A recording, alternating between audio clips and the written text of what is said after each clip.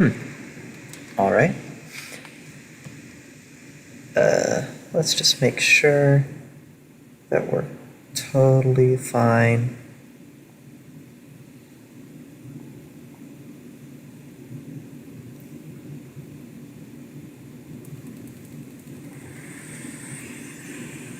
Hello.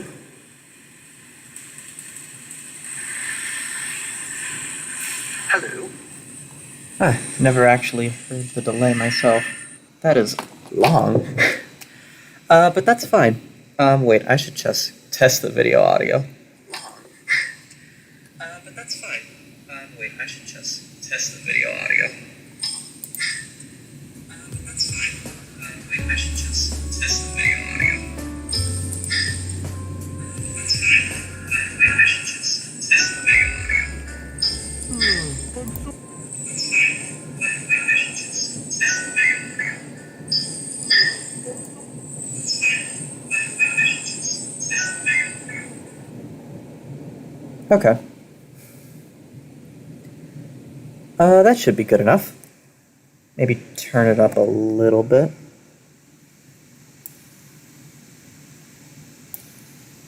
That might be too much. Okay, so this is a thing I'm doing right now, I guess. I should probably... just in case... Oh, actually, you know what? I'll have it open over here. Let me just do that. Just have the chat open in case anyone wants to show up, which I'm not expecting, but whatever. So, all Steven Universe episodes ranked. I made this ranking a while ago, because I was messing around with Premiere, that my school just gave me because of COVID or whatever. They just kind of let me have Premiere. So I made this little thing. I was originally going to make it with commentary, but then I realized I have something to say about like every episode on here, and it would make the video 3 hours long. So instead, I have this 1 hour thing. But I still wanted to give commentary, so I'm just gonna do it now in a stream format so that it'll just be auto-uploaded to YouTube, hopefully. And, yeah. This will exist for those who want to commit however long this is going to take. So yeah, stream's looking good. So, if anyone actually shows up to this live, I'm going to be shocked. It'll probably be some IRL friends or something. Okay. But yeah, let's get right into it. Let's see.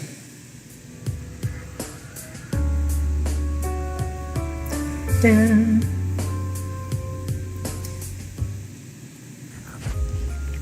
Oh god, okay. I'm sorry I couldn't help you learn to use the So, Steven. this It's okay, list... Uncle Grandpa. Yeah, I had a lot of fun today. let's let the clip finish. Get away from that man! He's a monster! You know, Cut it out, guys. for He's as down enough fun as it is already. to hate on this episode, it's got its funny moments. Oh, we don't want to get to that yet. Let me put it on an image of Uncle Grandpa. There we go. So this is the freaking crossover between Steven Universe and Uncle Grandpa that is somehow considered a Steven Universe episode. I really do not need to explain why this is awful. It's awful that it exists. It's a really dumb episode. But it's kind of funny. It's the only thing on this list that, like, isn't considered canon. Uncle Grandpa tells us within the episode none of this is canon. And it's just... This does not feel like an episode of Steven Universe, but it's technically considered one, so it's on the list and I just put it on the bottom. But yeah, this is just the appetizer. Let's get into some actual Steven Universe episodes. Oh, good. So when do I get issued my Okay, we need to talk about Ronaldo now. So Ronaldo sucks. No one likes Ronaldo. And no one liked Rocknaldo. I would say overall, Season 4 probably has the worst episodes in the I show. think it'd be like Not the worst, but like overall, that season is the worst. And Rocknaldo is the biggest reason for that. It's Like, Cartoon Network did a big troll saying that there would be a new gem introduced in this episode. Or like a million tiny named- gems, like one crushed up gem coursing through my blood, like Bloodstone. What a troll. What a troll by Cartoon Network. And this episode is just awkward and weird, and it feels like it's some kind of commentary on the fan base or something, and it's just... It's not a fun episode. It's not a good episode. But let's keep going, because we're going to have to get through a lot of the townie stuff. Joking victim. I'm not going to let this whole thing play. Joking victim. This is the first really bad Lars and Sadie episode. From the first half of season 1. And boy, oh boy, it's pretty awful. It's just... It's an episode where both Lars and Sadie are just terrible people, and you could tell they're clearly not going to be good together. Like, the best decision the show ever made was making sure that Lars and Sadie did not end up together. It's got a catchy little donut jingle, though. That's fun. Yeah, you know, let's breeze through some of the townie stuff, because, man... Lars and the Cool Kids. Okay. This moment, this scene that I picked for this episode, it's like the only good part of this episode. Happened. Yeah, what did happen, Jenny? It's Jenny, right? Jenny?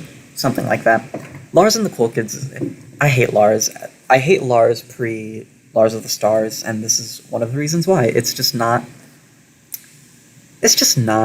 He's so annoying. He's such an annoying little teenager.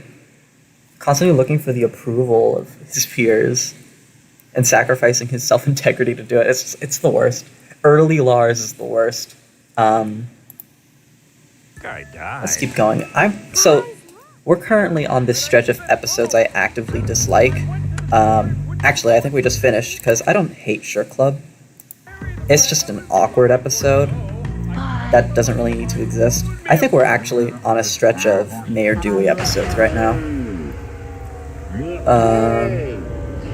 But yeah, let's see. Yeah, more Mayor Dewey. Okay, political power is also Universe, any of your pretty whatever. home? My sister. Like, I don't know, Mayor Dewey's just not that interesting a character, Tall one, the in my purple one, the hot opinion. one. Like, of all the townies, Look, the power's He's out. very I've been whatever. mayor long enough to know they had something to do with it. I don't know you. and then Dewey This wins doesn't look from season good. 5. How's this? Oh, that looks great. The only redemption for this episode is that it ties back into the Steven and Connie situation.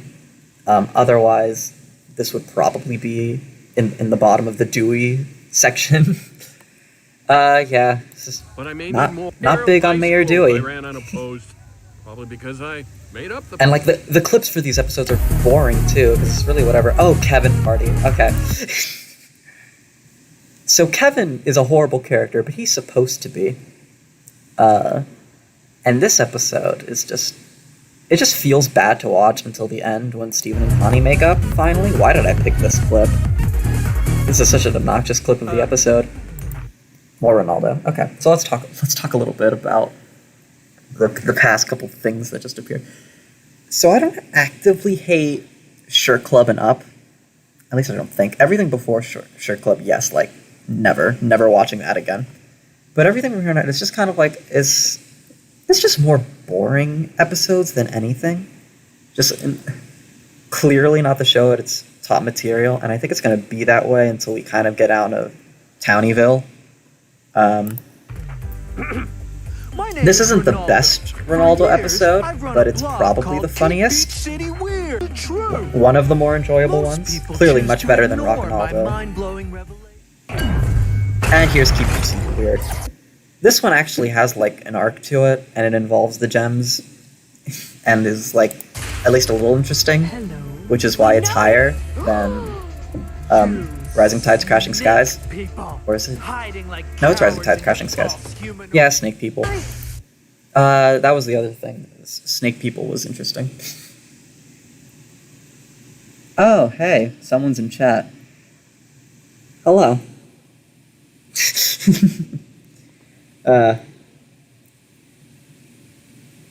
Or hola, if that's what you prefer. Sup. Horror Club. Hey, it was just getting good. What's going on? Probably the Probably best just a few. Ronaldo episode. I can't Praise remember to God. exactly when and where I ranked these things. It's been a while since I've looked at this list.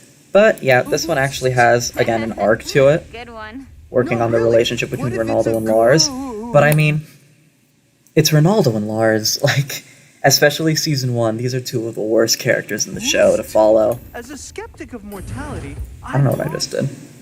Okay. Frybo. Frybo exists. Steven! Where? Let's pause there. Frybo's fine. Like again, we're into the episodes that I don't actively hate. They're just fine. And Frybo's another one. This is like the 5th episode of the show too. This episode's selling point is Frybo itself. Creepy as hell. Beach party. I'll try. Beach party is pretty basic. Is anyone a fan of the pizzas? Like, are they interesting to people? Like, I don't know. They're a very standard Beach City family. I don't know. I don't really care about them so much. Historical friction. This scene is funny. Of course! We ask that you turn I your like- ship around. I The like land you are Jamie the headed for is Mailman, no walk in the park for imitating your all the gems. species. Nonsense. I won't take orders from the likes of you. Well then, you should. Garnet Box. Garnet Box. It's a pretty entertaining episode, but it's whatever. And that was right in the middle of that was right in the middle of the Sardonyx arc, I think. Yes, it was. Maybe that's probably why it's ranked as low as it is. For being something in the middle of the Sardonyx arc, this was really, From the likes of really you. underwhelming. Onion Trade. Oh, now's a good time to mention the season and episode numberings are... The internal logic of the video has them all numbered consistently, but I don't think they match up perfectly with their actual numbers, so take those with a grain of salt. Onion Trade. First Onion episode. And Onion is a crazy little boy. Hey, Onion! Yeah, like this fucking screen. Oh, I cursed. Okay, that's how this video is gonna be rated now. Look at him. He's insane, but like it's just an okay episode. Garnet's universe. It's funny. It's pretty entertaining.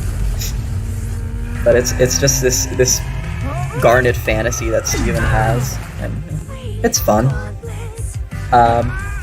As we will find out as we move on, Garnet is not one of my favorite characters in the show. I'm gonna skip around this one a little bit. Island Adventure.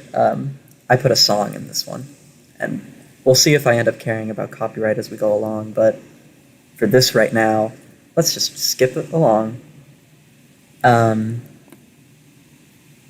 Better Lars and Sadie episode. Still not great, though. Robot fortune teller. I actually have nothing to say about Future Boys Ultron. From the... I think before I made this list, I actually forgot this episode existed. I'm not. This is just interesting. It's not interesting, Sadie. Those belts aren't yours to give away. Tiger Philanthropist. This is a weird one. So, like, Tiger Millionaire. I think Tiger Millionaire is coming up soon. It's a cute little episode, delving into the early relationship between Steven and Amethyst. And this follow-up, 3 seasons later, is kind of really underwhelming. All the jungle bucks you want. I will not stand by. It's not and let you horrible give or up anything. Our memories. Like, it's fine. It's cute. Don't have anything to say about it, though. Since the moment I saw you. Love Letters. Love at This first sight speech by doesn't Garnet is exist. great.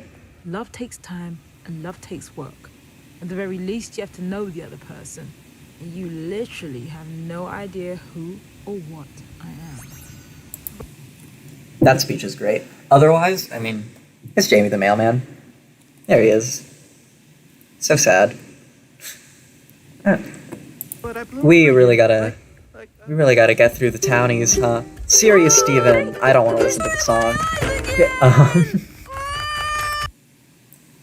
It's cool that in Change Your Mind they redid that scene from the beginning of this episode where he's falling, where they all fall in and Steven belly flops. Otherwise, that mural was a lot of theory fodder. Don't have much else to say about it. The new Lars, a Lars episode that didn't have Lars in Wait a it, minute. making it one of the better Lars episodes. I'm naked. because I want to introduce Droppy you Dad. to a Marty came back, and he likes guacola. To laugh your butt. Yeah, I'm going through these first ones real speedy, like letters to Lars. I mean, it's neat. We get an update on Lars of the Stars, but it's a bunch of vignettes of a bunch of different townies. I'm glad they were shaking up the townie formula on the 5th We got a season. killer lineup Um, for you tonight. and this improv so group is please fun. Welcome the Beach City Lifeguards. I love that Amethyst and Peridot are doing improv together. Now, all That's we need cute. to get started. The ringlets of her More hair spilled Jamie. over her shoulders and back like a swath of roses. This was some cool, like, context, Hey, like, are you okay? backstory. I realized I was surrounded So, by her pack it was of neat. 7 lions? Please don't eat I have me. no idea if Oh, that's synced up, but whatever. But if you guys want to play with that Dugout. It's Doug. stuff, go ahead. It's Okay, Connie's dad. We well, never I saw wanna be him again. undercover. I'll be Veronica Cucamonga. It's And me, Pizza Pizzapopolis. I totally knew that name before I said it out loud. It's an episode. This was the beginning, I believe, of Aquamarine and Topaz starting to kidnap people. So that was interesting. But real standard episodes. Okay, the good Lars. Probably the best standalone Lars episode. We learn he likes to cook. It's cute. I like it. And it doesn't really focus on Lars and Sadie as a thing, so that's nice. Okay. Here's the part of the video where we start getting into episodes that are part of greater arcs and how those are scattered about. Adventures in Light Distortion is part of the Save Greg arc, the zoo arc. And it's kind of the weird middle episode where they're just going from Earth to the zoo. And it's entertaining. It's a lot of just this kind of thing, messing with the gem's proportions. A lot of physical comedy, pretty big emotional beat at the very end. Sorry. This isn't working. It's alright. Adjusting it manually. Yeah, try adjusting it manually, Steven. Garbanzo. Who doesn't love Garbanzo? Onion Gang. This is another episode. I remember very little of it until I made the list, and it's fine. Oh, okay. Early season 1 Together Breakfast. It's a fun episode. That early season 1 definitely gets a lot of passes in my eyes just for being like the show in its infancy. But I mean, they're still not in the top 100 or anything. Steven, the statue. Speaking of, cheeseburger backpack. Yeah, definitely better than Together Breakfast, but still not much. We can move on. What? There's no one like you. More copyright. House Guest. The one where Greg is actively awful. I'm not sure how much of the song I can play, but it's a neat little episode. But yeah, Greg is actively awful during this episode, and because of that, Steven loses his healing powers for so long. So unnecessarily. Okay. Kiki's Pizza Delivery Service is a fun one. I like that we're mixing townie stuff with Steven actually exploring his powers. And you know, this is Kiki's first and I think only real episode, so Good for her. Yeah. Dream Warrior. He is so Oh, okay. I hate him. Steven Universe Future. Bluebird, easily the worst episode of Steven Universe Future. I think everyone was disappointed by this. This is our first real gem-focused episode, but honestly, this episode doesn't even feel like it's gem-focused. Like, what a waste of Aquamarine and Eyeball. Two. They really should have been treated better. Back at last. And Bluebird as a fusion is such a cool concept, but oh well. This episode was so underwhelming. Before I talk about Restaurant Wars, I'm gonna finish talking about Bluebird. Like, just making them a little prankster goblin is not a bad idea. It's just they didn't feel like a threat, and it kind of felt like a waste of time in the grand scheme of Steven Universe Future. And it felt like these characters were more threatening on their own than they were together. Restaurant Wars. Side the fries. One of the better Townie episodes. This is just entertaining, and this scene is so In cute. this pizza bagel, it adds a whole other level of flavor. And with pizza on a bagel, you can You eat can have pizza, anytime. More copyright, but yeah, that was Restaurant Wars. Full disclosure, so this kind of falls into a trope of, like, you know, the hero who doesn't want to get the girl involved because it's dangerous. And yeah, that trope's pretty dumb. But, like, as far as that trope goes, Steven Universe did pretty okay, and I'm glad they got it out of the way pretty early on. Like, this arc lasted just this episode, and then Steven got over it, and then Connie learned to sword fight later, which was nice. You gonna put on a movie? Onion Friends. Yeah, the best Onion episode. It ties into the ongoing Sardonyx arc very well. That'd be nice. Hey, I'm gonna... that's your mom. Yeah, yep. Wait, but what's going on? Some dark humor there. It's good. Best Onion episode, but it's still just an Onion episode. Your Mother and Mine. Okay, so this was the... He's going to bring back another Steven. This was kind of the backstory episode. This clip isn't a good showcase of it. But this is the backstory episode. They go over what, at this time, we knew about Rose Quartz. And it's done pretty well. It's obviously build up to the reveal that all of this is wrong. Because, you know, spoilers, by the way. This video will have a bunch of spoilers in it. But, yeah, Rose is Pink Diamond. So, like, all this information is just, like, unnecessary and pretty wrong. But it's cool to see Garnet interact with the off-colors. So as an episode, it's just kind of... It serves its purpose, but going back and watching it is kind of like, why? Who's there? Cat fingers. This is when the show started getting spooky. Come back tomorrow. It's pretty good spook. Pretty good spook. Steven as this amalgamation of cats is kind of awesome. And Greg freaking out. It's really good stuff for early season 1, honestly. And this is exploration of a new power, shapeshifting. Pretty good. Just, you know, we're still making our way to the real good stuff. Watermelon Steven's cute. I like both of the future Watermelon Steven episodes a lot better. So we'll get to those. But this is nice foundation for those episodes. My precious. I thought Precious. I'd never see you again. My name's Steven. All right, Steven and the Stevens. It's got a couple neat songs in it. It's more so a big old reference to the pilot, which is not part of this ranking. I chose not to include it. And with that context, this episode's a lot cuter Give me the time thing, because it's kind of Steven. reusing this idea from the pilot. Don't make me hurt me, Steven. Why do you need it so bad? Just And like, yeah, it's good. I like it.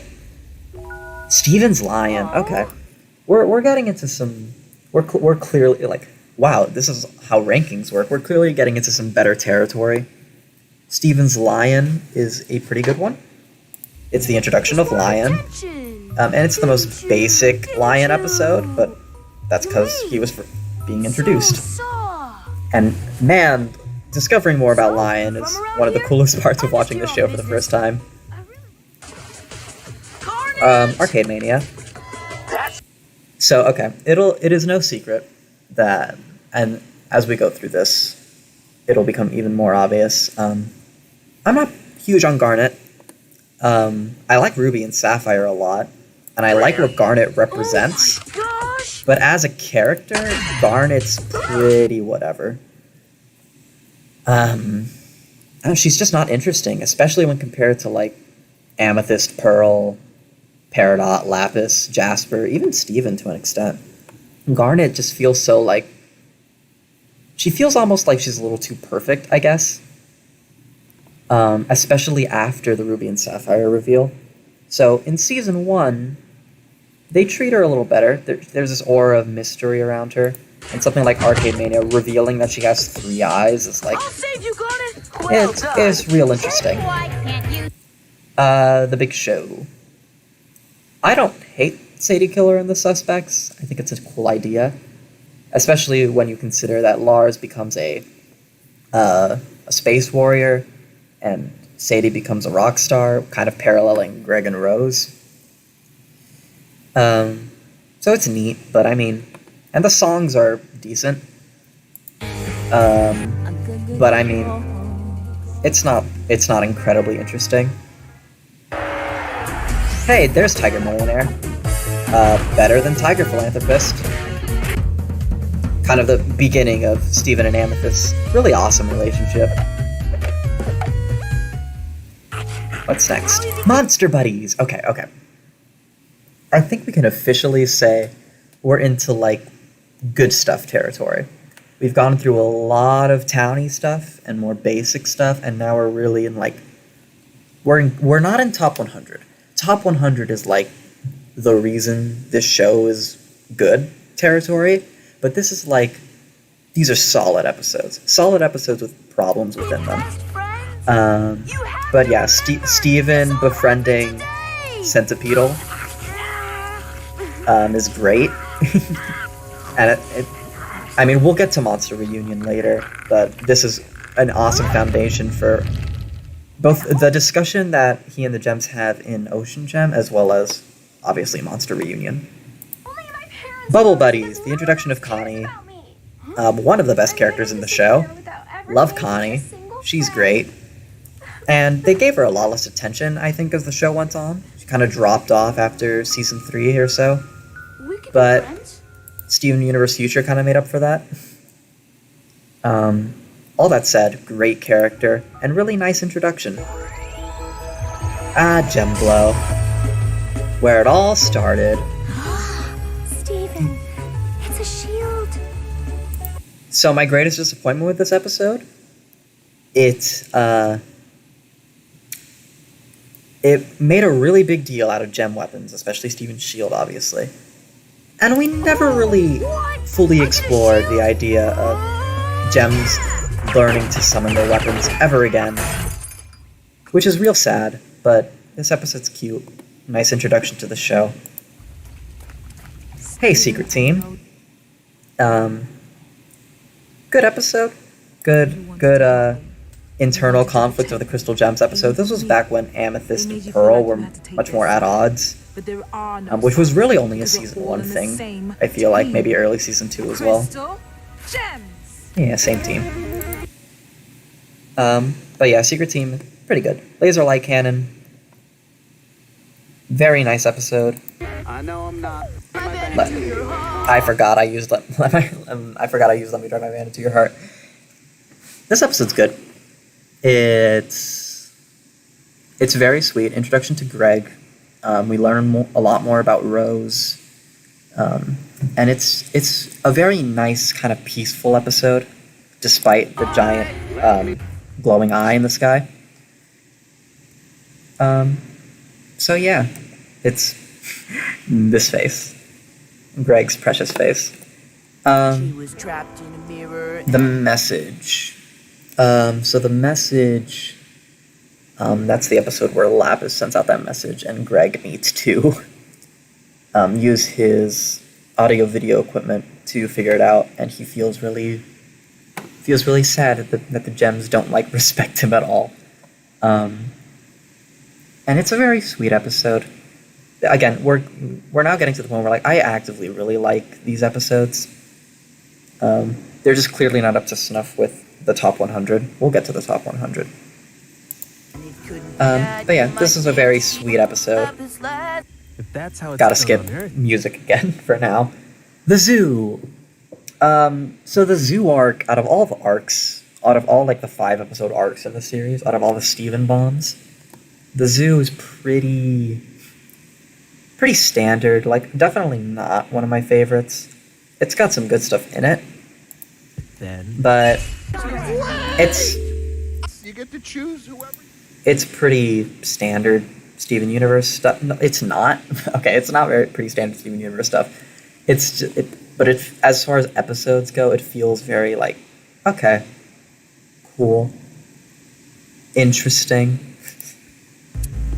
Room for Ruby. Okay, a lot of season 4 episodes are just episodes that I completely forget exist until I made this list the first time. And man, This for? I have to do it. Room But for I like Ruby to do was it. kind of a You know. letdown. It was some cool development for Lapis, because we kind of got to see more of her season 1 self come out. But I mean, Snore. Like this. we'll talk more about Peridot later. But I don't know. It's just the Rubies. I was never even too huge on the Ruby squad, so whatever. I'm joking. The new Crystal Gems. This episode was a letdown. It's a fun episode in its own right, which is why it's this high. But it really should have been Lapis, Peridot, and Connie dealing with the monster of the week in the same way the Crystal Gems did back in season 1. And I think the fact that it wasn't that really hurt the episode, because it just kind of felt it didn't know where it was going. That means come over here and do a cool pose. But it was cute. It was fun. Seeing you make skipping worse. Okay, more Sadie Killer and the Suspects. Again, not my favorite. Not bad though. Oh, what you doing? Steven? Okay, Winter Forecast. Winter Forecast is good. Steven gets to experience future vision firsthand. And it's neat.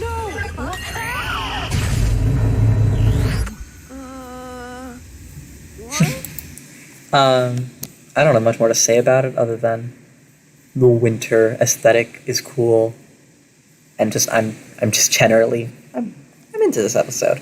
It's nice. Garnet. Yeah, What we're happened? as much as I do like these episodes, we're definitely still in a realm of episodes I really don't have much to say about, because it's kind of standard Steven Universe stuff. Okay, clearly we have just broken past that barrier. Marble Madness. All right. Well, first of all, reference to an old game, which is interesting.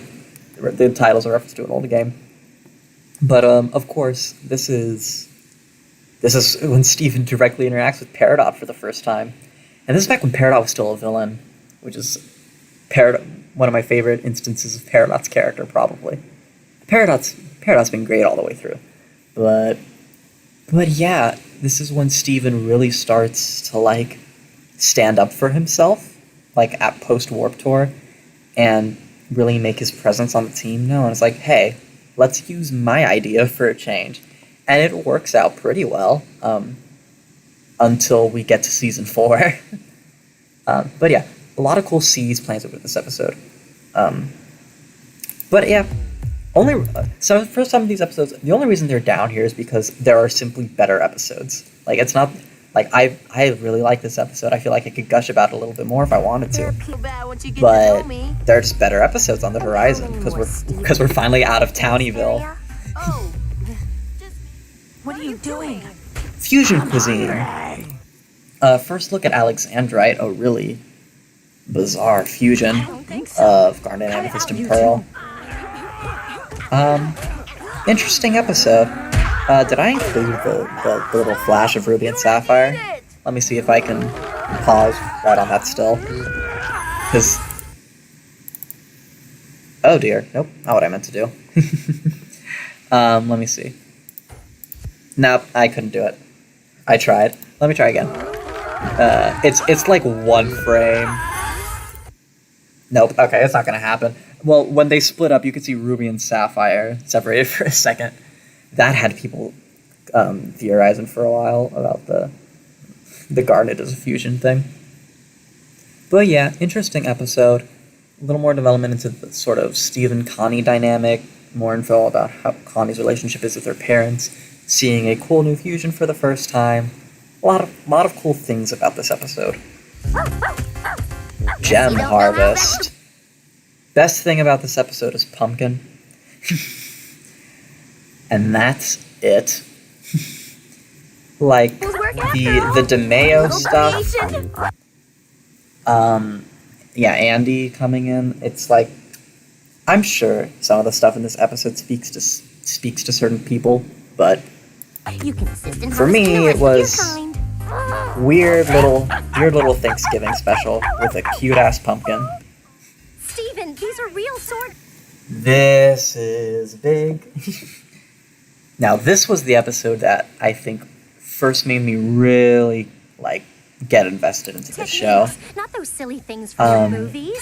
It's about waiting So let's wait for it. The perfect moment. Wait, let's go to the. Whoa. Oh no. Where is it? There you go. So, Pearl gets stabbed, and it's neat. This is where we learn that gems poof and that they regenerate. But this as an episode, this was one of the first episodes where I was like, oh damn, Pearl's cool as hell, and I'm way into Pearl.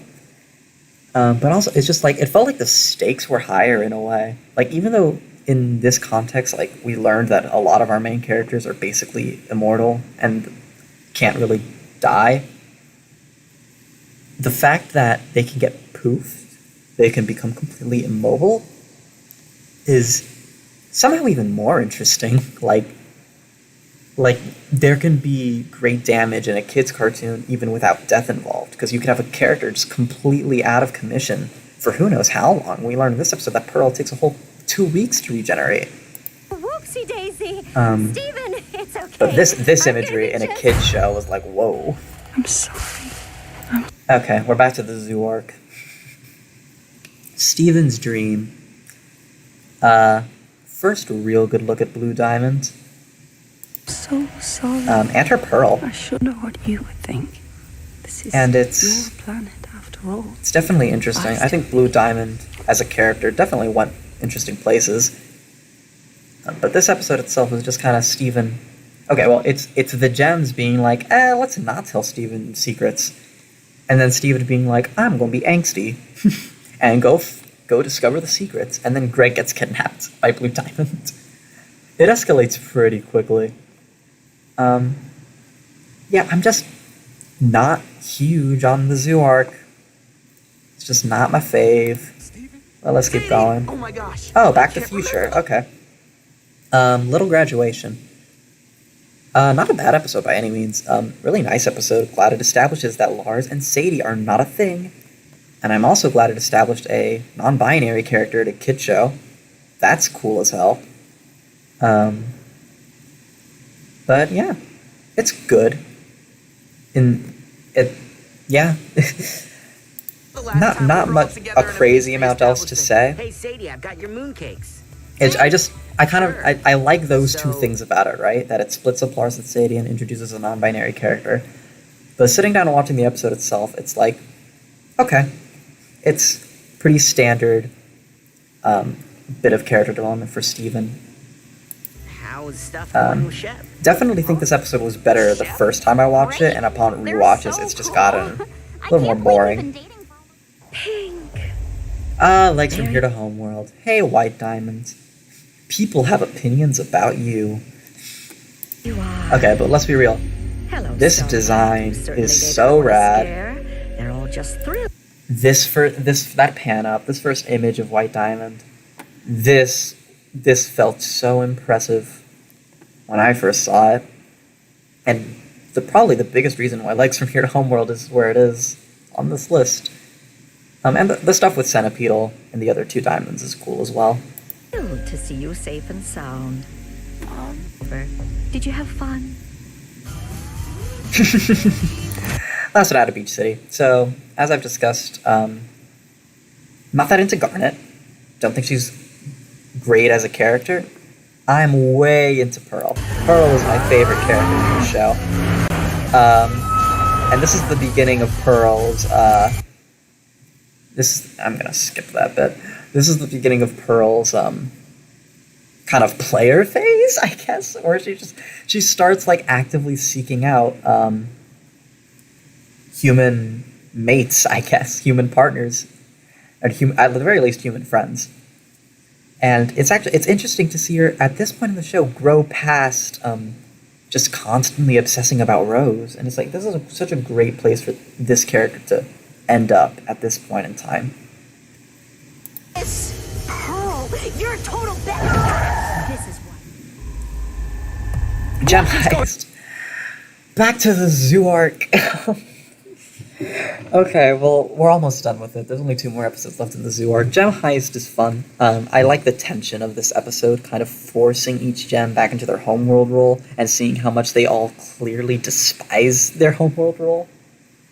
But it's all for the sake of rescuing Greg. And it's done really well. It's a fun episode. I like Holly Blue Agate as a one-time villain. Oh, there's someone new on the stream. Wonder who. But yeah, it's Gem Heist. I'm still sure there's a just not big on the zoo arc. More news for you. We do not run or shout in these hallways. Very special episode. Okay. Steven Universe Future has a weird track record, and I understand the existence of this episode. They wanted to get a little more mileage out of Rainbow Quartz 2.0, Best Fusion, and Sunstone. Cool fusion, I guess. Let's get that Steven, quick! clip of both Sunstone of can save them playing. Okay. Oh Yeah. I don't... No, let Rainbow save them. I definitely don't hate this episode as much as I see other people hate it. I'm pretty fond of this episode, honestly. I think it's very cute, and I love the opening with basically Rainbow Quartz's Mary Poppins babysitting Onion. But yeah, definitely a lower point of Steven Universe Future, because it was pretty just fillery stuff. We just happened to get these 2 fusions again, which is fun. Hey, wait! I need Steven. What is it, Amethyst? Let's see. Oh, boy. Okay.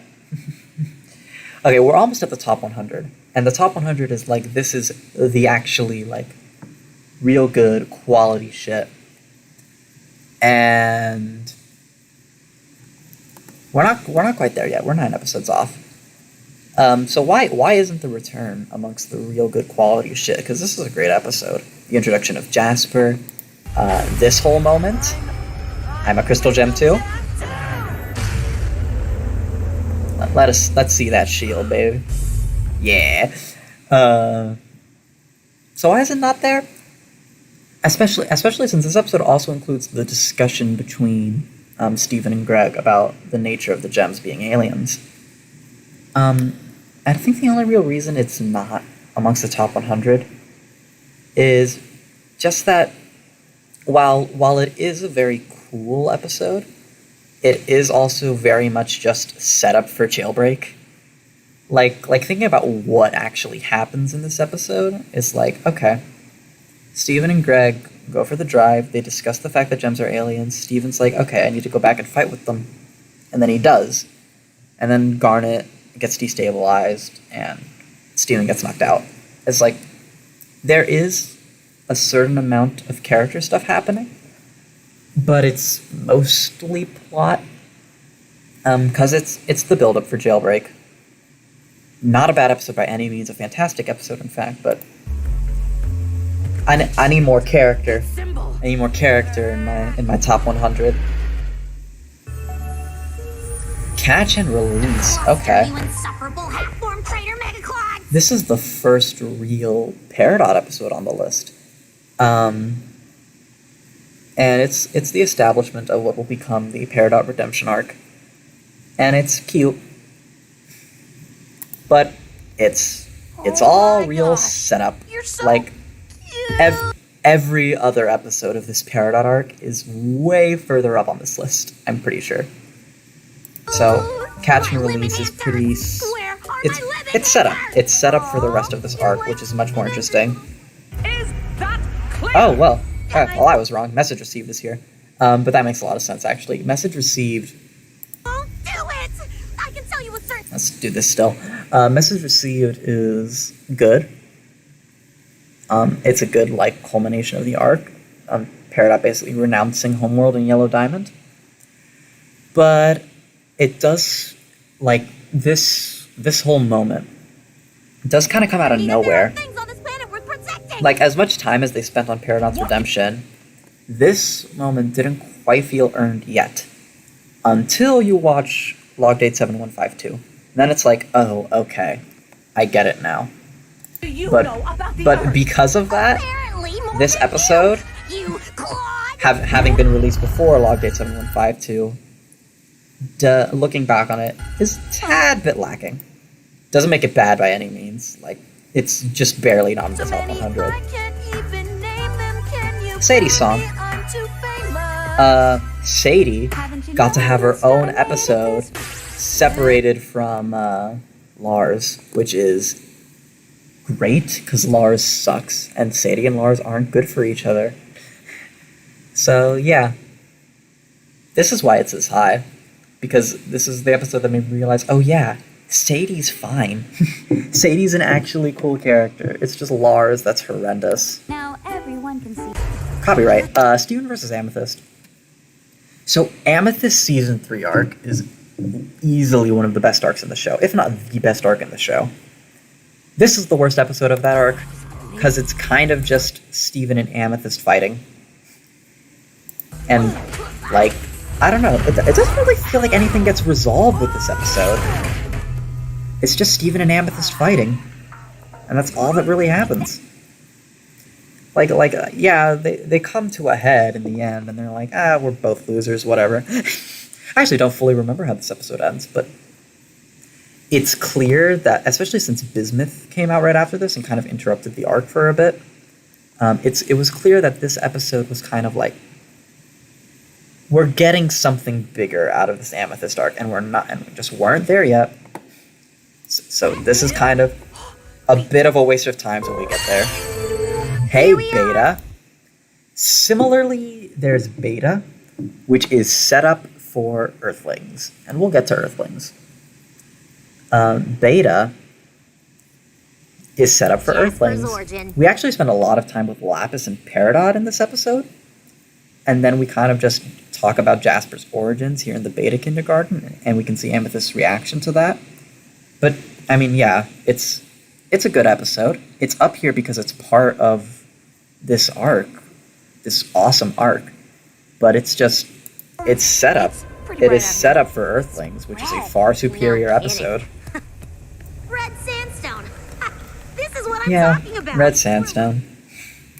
We're the humans. Hit the diamond. Okay, wait. Let's stop it on Earl. So, Hit the Diamond's really cute. Introduction to the Ruby Squad, which I'm still not a big fan of, but this episode's just so much fun. And we get to see Lapis kind of act as part of the main crew, which we've never really seen before. So that's cool. I like that. So yeah, I'm into this episode. It's the baseball episode. Sophie. And there's the rubies. We also seeing Ruby and Sapphire separated in a more positive light is also really nice. Consisting of Because I think last time they were separated was Keystone Motel. Ruby. Ruby. And Ruby. Steven floats. Okay. So I give this episode a lot more credit than I think other people would. Because it's very like we've spent so much time at the barn now. Like everything from the episode back to the barn near the end of season 2 and the episode before this, Hit the Diamond, was at the barn. And finally going back to Beach City and getting an episode that feels very season 1 Steven Universe, in the sense that Steven's learning a new power, getting used to it, and the gems are trying to figure it out with him and talk him through it. And we're back in Beach City, and we're enjoying the Beach City skyline. Well, sure, that word works. Skyline. It's very cool. It feels very classic. It feels like, oh man, we needed this kind of recentering back into classic Steven Universe, and I'm really fond of this episode because of that. Still not top 100 though. You got this. Not exactly. I think she can control how fast Yeah, she fell. Yes, Steven, I'm fine. Oh, okay. So, this is where it hurts. Like, oh, this episode should be in the top 100. Because I consider top 100 basically everything that, if you asked me to rewatch it with you right now, I would be like, oh, hell yeah. An indirect kiss should really be part of it. It's just barely to make the cut. But this is a very good episode. We see Rose's fountain. We are introduced to the concept of cracked gems. Except for We get to see Pearl freak out over something Rose related, which I think is probably the first really big hint towards her infatuation with Rose, if I'm not mistaken. I should have gotten water for this. I'm doing a lot of talking. But yeah, good episode. Also, Steven and Connie moments are always fun. sounds silly. All right, we've done it. We have made it to the top 100. This is high quality Steven Universe right here, and Steven's birthday is the first one up on the list. I really like Steven's birthday. Steven trying out shape shifting for like the second time really that we've seen in the show. Developing the Steven and Connie dynamic and how Steven really thinks of Connie and how Connie thinks of Steven. Like that whole conversation that Connie has with Greg about whether or not Steven will really grow up the same way that she will, and then this conversation where Connie expresses that she's really glad that she will get to grow up with Steven, and then Steven just melts. Steven just melts into a baby. Steven? Look at him. Look at this dude. This episode's so cute, and there's a lot of great character moments and great character stuff between Steven and Connie. And again, nice little break in the middle of heavy Peridot stuff. So yeah, Steven's birthday. I probably rank it higher than most, but Steven? definitely top 100 for me. What? Lion 2, the movie. So I don't usually give the first half of season 1 a lot of credit, because yeah, it was, other than like season 4 and then the first half of season 1, probably my least favorite sets of Steven Universe episodes. That said, first half of season 1 definitely gave us some classic stuff. Lion 2, the movie.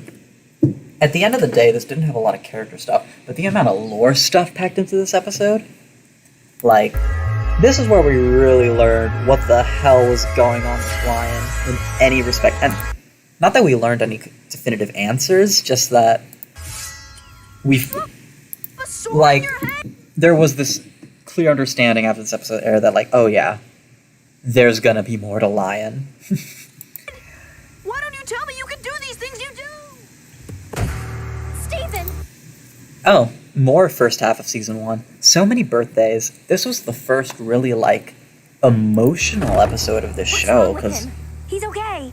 He's just really old. all the Gem's Gems reactions can't die from here, aging, but he's half human. like, this is real. This is real right here.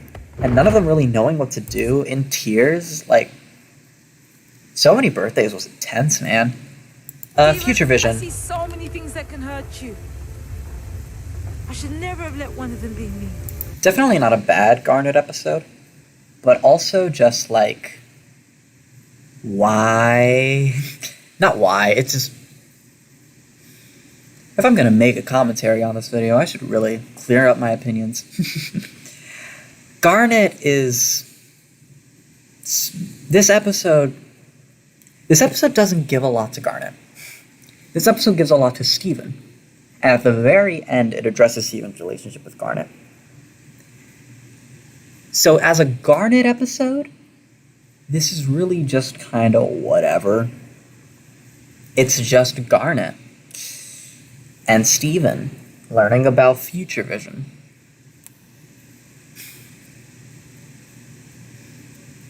I'm screwing up this explanation. Oh, hey, Beltran. I'm definitely screwing up this explanation, but it feels like it should have been a Garnet episode, and it was just a really good Steven learning about future vision episode. Except for this little monologue by Garnet. That was cool. Just There are millions of possibilities. there are for the infinitely... future, but it's up to you. It's to choose Garnet. what kind of Garnet's so boring. Garnet's so boring.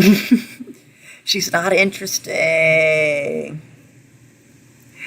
She's just not. Ruby and Sapphire are interesting, not Garnet.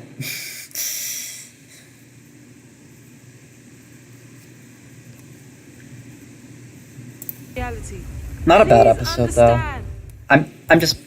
I'm gonna be annoying about Garnet because it's Garnet. We'll get to pool hopping and then I'll be positive.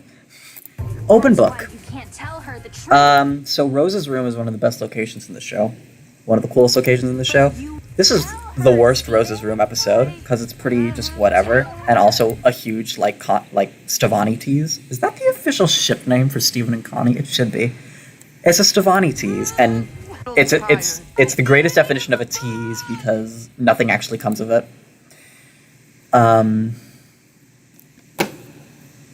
But it's fine. It's a good episode. Rose's room is always cool to see. Warp Tour. Okay, let's let this clip play for a little bit. And I know you didn't. Why is You it so don't hard tell to me just what I listen to already Steven? This is new. Warp Tour. This is the first episode where Steven actually starts to stand up for himself. Really starts to make himself a part of the team. This is the introduction to Peridot. This is Steven and Pearl have an argument. That's never really happened before. What the hell? Like, this is new, and I kind of like it. And it's just such a cool episode. Because if the stakes weren't already high after the Lapis stuff happened, this really made it feel like there was a threat looming. And there was this development for Steven and for Pearl, this development to their dynamic, as well as the rest of the gems for that matter, really, it makes them more interesting to watch, because it's not just going to be happy-go-lucky all the time between them and Steven anymore. Oh, Reformed. Okay. So when I first got into this show, a friend made me get into it, so I ended up watching all of Season 1 in bulk, and then, the first 5 episodes of Season 2 on top of that. So this was the last episode I saw before I had to wait for a new episode to be released. And this is the episode that kind of convinced me that Amethyst was a good character. Her insecurities come out a little bit here. Some of it's a bit resolved. She gains more confidence in herself. And this is clearly a precursor to, again, one of the best arcs in the show, being Amethyst arc in Season 3. And it's just a really high-quality episode, and also this design for Amethyst feels right. is, the only one that isn't OCD-inducing at all. Because she doesn't have the loose sash, her clothes aren't, super decrepit. That's always bugged me. It's nice. It's a good design. The big dance. Don't Oh, the big dance. do anything I Let's wouldn't. just I'm ready for skip the to big dance cut. this. Yeah. Hi, Lapis. This was our first update on Lapis after she fused with Jasper and went down to the bottom of the ocean. Is Beltran still here? Because it still says that there's a second person watching the stream. I'm going to assume it's still Beltran. Whatever. Chillatide, update on Lapis. Lapis is for no good reason one of my favorite characters in the show. It's probably just because I like characters with water powers. Lapis? So for me, getting this update and seeing Steven's dream powers develop was so rad. This is such a neat episode, and it's also a bit of a meme because most of it is just like the weird, like some of it's just the weird. Most of it's just weird ass Steven dreams, and then we get this Lapis stuff, and it's great. So I guess since Beltran's sticking around, I'm gonna re-explain what I'm doing here. So I made this video like in April, and I wanted to put commentary on it, but I realized it would take forever. Both the video would be super long, and also editing would take forever. So I always meant to kind of talk about my opinions on the list, but never really got around to it, especially since I figured my my computer wouldn't have space to store a video like that, so I figured I'm going to figure out how streaming works and just let YouTube upload the video itself. And it's been working out pretty well so far. My internet hasn't died, so that's nice. So yeah, that's Chillatide.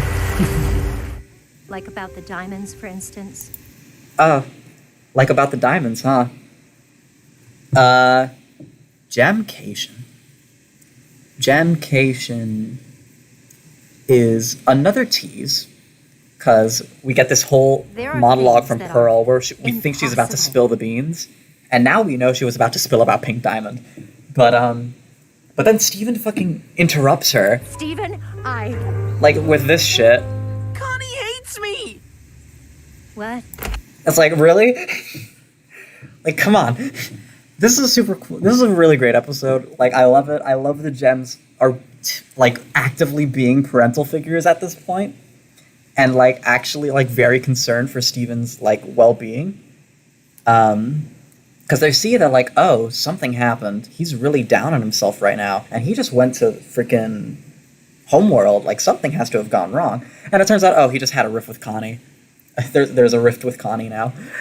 So it's just, like, it's great. It's some great character stuff. But this Pearl tease... we'll get to the Pink Diamond reveal. We weren't listening. You were listening. This is a pretty song, but copyright. Escapism. This is the third Watermelon episode, and it's the least watermelon of the Watermelon episodes. But it's a really peaceful episode. Honestly, I think my liking for the song is really what makes me like this episode a lot. It's just really calming and peaceful, and it's definitely the calm before the storm, because this is the episode that released right before the finale of the base show, which is nuts. But it's really nice. The song's pretty. Pearl died. Snow Day from Steven Universe Future. Pretty expected stuff in this episode for the most part. It's like, oh, Steven is older and has responsibilities, so the gems want to spend more time with him because they feel like he's drifting away. But what really makes this episode cool is this is the first time Pearl shapeshifts.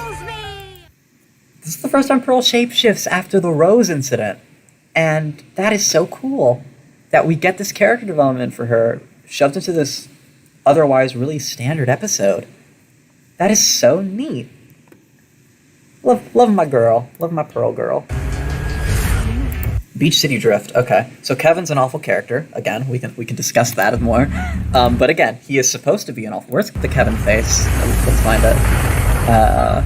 No, we have to beat him. He deserves to lose. Where is it? So Kevin's an awful character, but he's supposed to be, which makes him work really well as a I guess Stevani villain. But yeah, the thing that makes this episode is the stuff, the way Steven and Connie kind of realize what exactly their fusion means to them, and like how they can't just, they feel bad for using their fusion to just get back at this jerk, and it's like that's some growth. Like they want their fusion to be a positive thing. It's like they're not gonna do this thing for him. They're gonna do it for them, and it's very nice. And honestly, seeing Stevani makes any episode great. You're supposed to change. So let's talk about the flashback episodes. I believe each season, aside from season 5, has a traditional flashback episode that usually focuses on Greg, with Greg as at least one of the primary narrators, and this is the worst one of the bunch, even though it's in my favorite season. Yeah, spoiler, season 3 is my favorite season. That said, it's still a great episode. We get some nice context for how Greg ended up working at the car wash instead of just continuing his music career. It's like, oh, if I'm going to live here and be with this woman, I need to actually, like, support myself, and I'm being kind of a baby by not doing so. And it's like, oh, that's real mature of you, show. Because in a way, it was kind of like, give up on your dreams and get a job, but in a really nice way. And usually I wouldn't support that statement, but somehow the way this show did it made it good. So anyway. You're never the same, even. Also, this monologue from Rose is really cool, but watch the full video if you want to see that. And by the full video being the intensely shorter one, because this is already over an hour. This is already longer than the base video, and we're not even halfway through. So, this arc, I'm going to call this the pre-trial arc, because this is the arc that basically takes place as the finale of Season 4. Well, I guess, is it really an arc? It's really just 2 episodes long. I guess it's kind of mixed in with the beginning of Season 5, so it's weird. Just some guy. Am I going to upload the whole stream? I'm going to try. So, this Aquamarine and Topaz, this dynamic is weird. It's interesting, because we learn a lot more about Topaz and Stuck Together. Right now, Topaz is just kind of this brute force fusion of 2 Topazes. Aquamarine is such a little brat, and I love her. Like, she's the kind of character you love to hate, because she's just so... Like, listen to her. Give me back my Like, friends! that's her voice. That's how she Don't bother talks. listening to that, Steven. He's not my dad. So yeah, it's Are You My Dad? This is no. That's revealed in. Is that revealed in I Am My Mom? I'm pretty sure that's revealed. This is like the tail end of this episode. But yeah, it's But I neat. also saw many paths ahead of you. Actually, before I talk about the future, let me consolidate my thoughts on Are You My Dad? Are You My Dad is set up for I Am My Mom. It introduces Aquamarine, like, actually introduces Aquamarine. She's a lovable brat. By lovable, I mean hateable brat.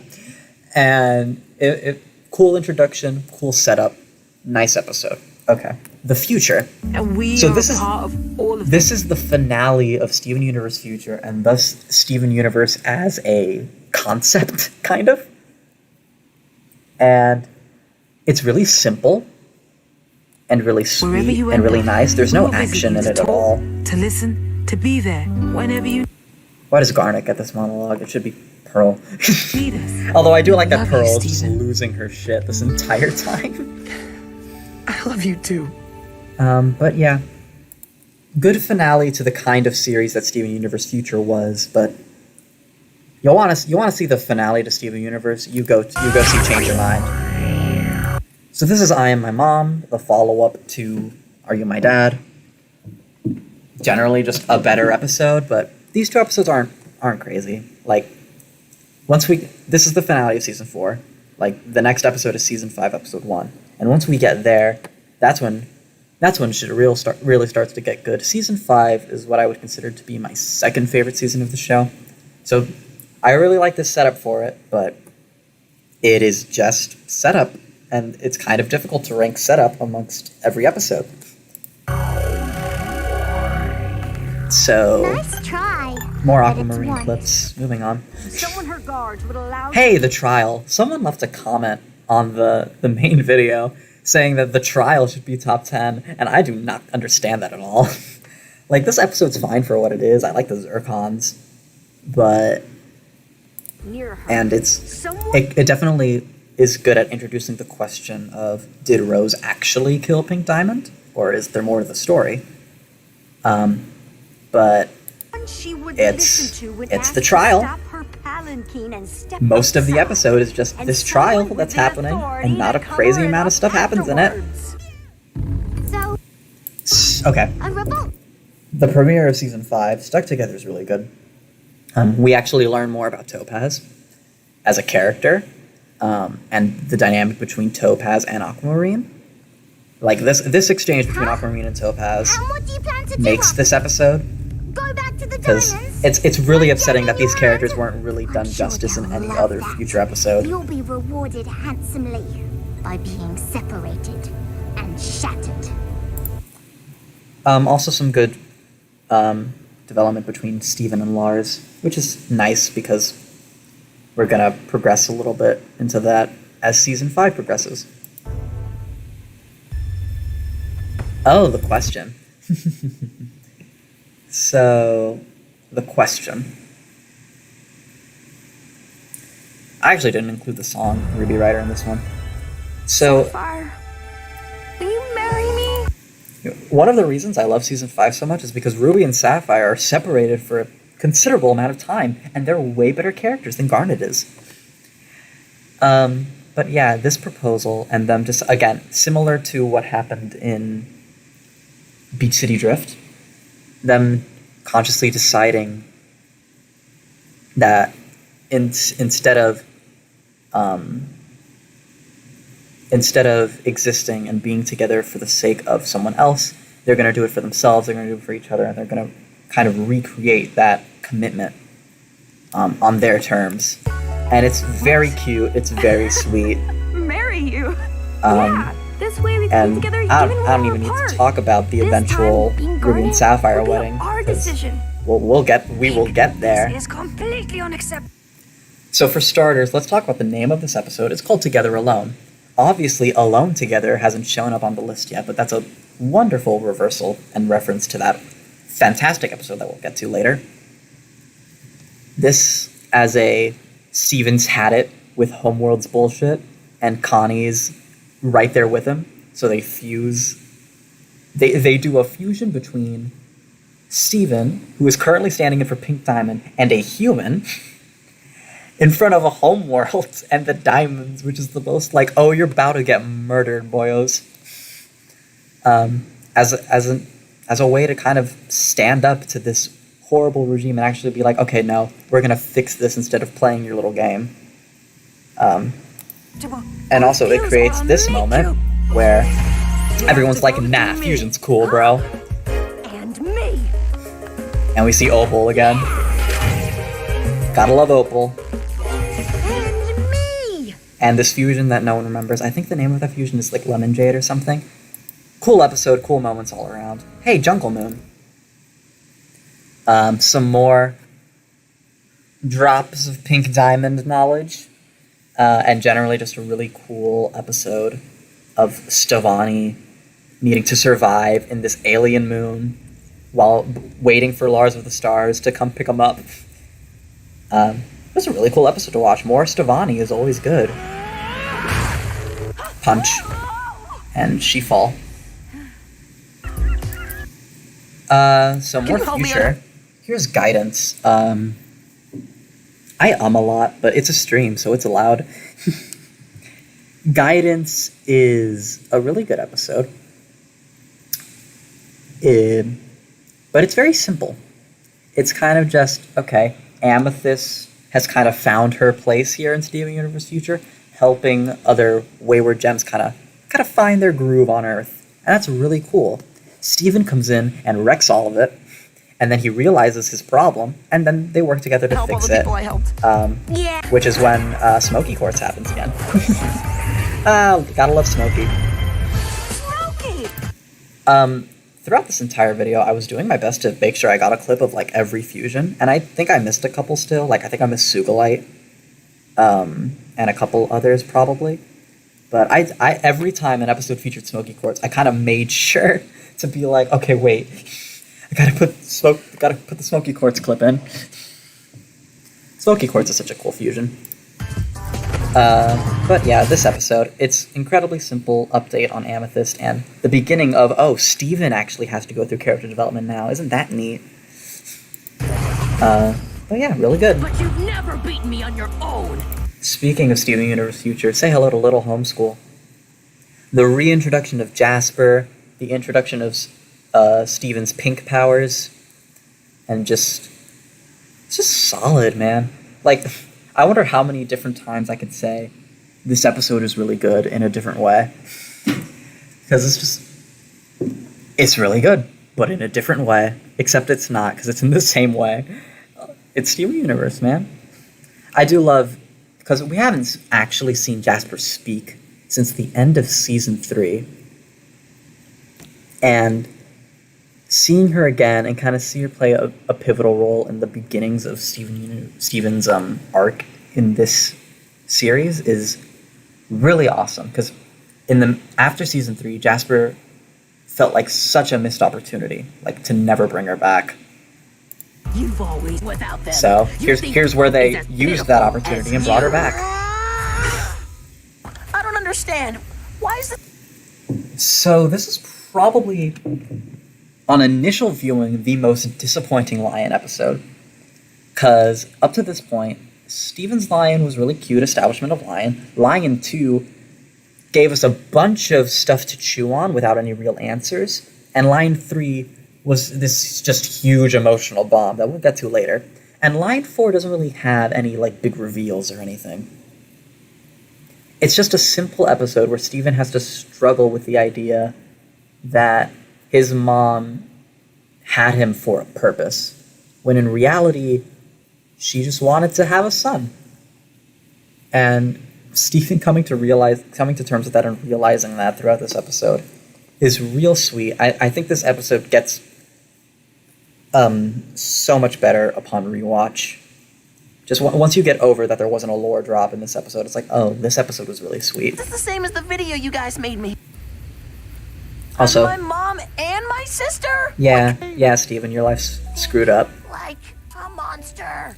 So this is the Looney Tunes episode where Peridot is the stand-in for Wile E. Coyote, and this monster is the stand-in for the Roadrunner, and like, it's cute. I love me some Peridot. They did manage to smuggle in some actual character stuff for Peridot in here, and it is cool to see her going on a traditional Crystal Gem mission.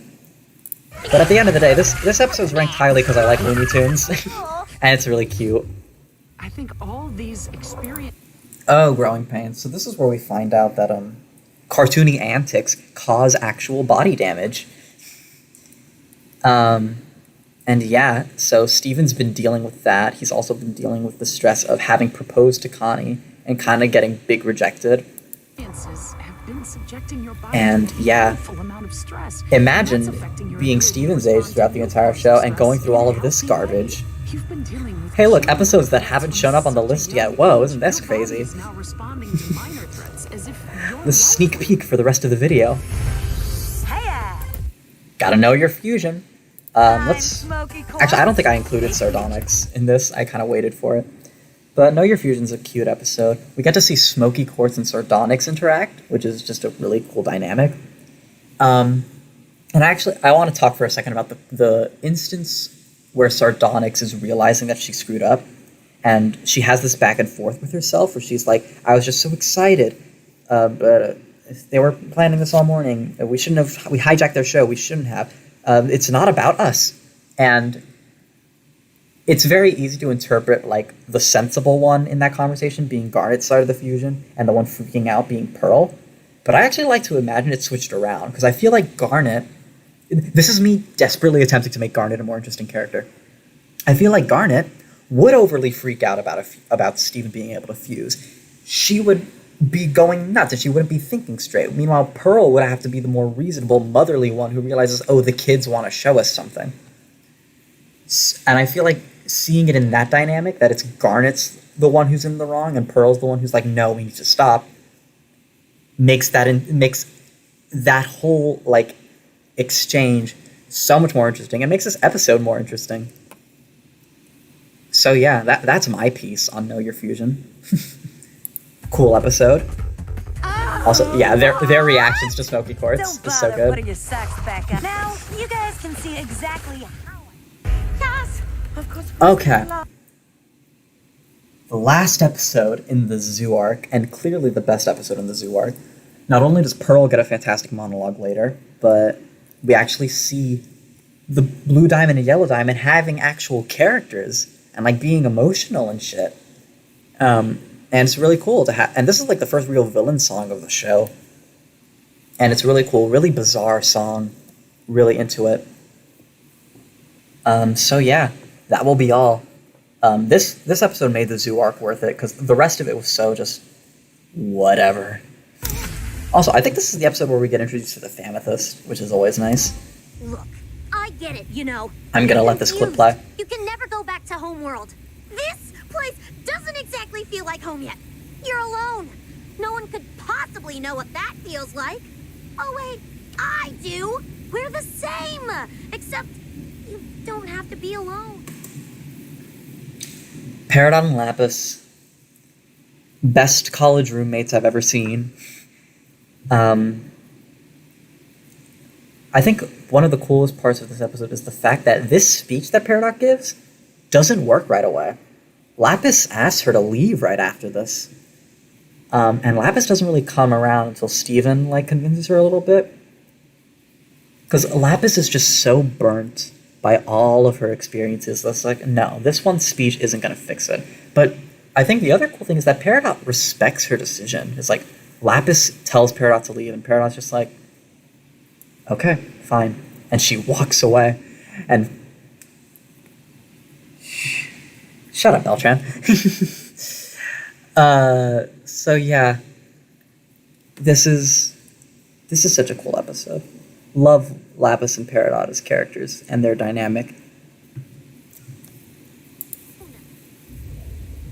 Hey, Gem Drill. So this is kind of the pseudo finale of season 2 because this is the culmination of the cluster arc. It just kind of spilled over into season 3. Really good episode. I really like how the cluster arc resolved. Like that Peridot played an important role in it. Like bubbling the entire cluster. Yeah. Don't have much to say about this one. Pretty simple episode.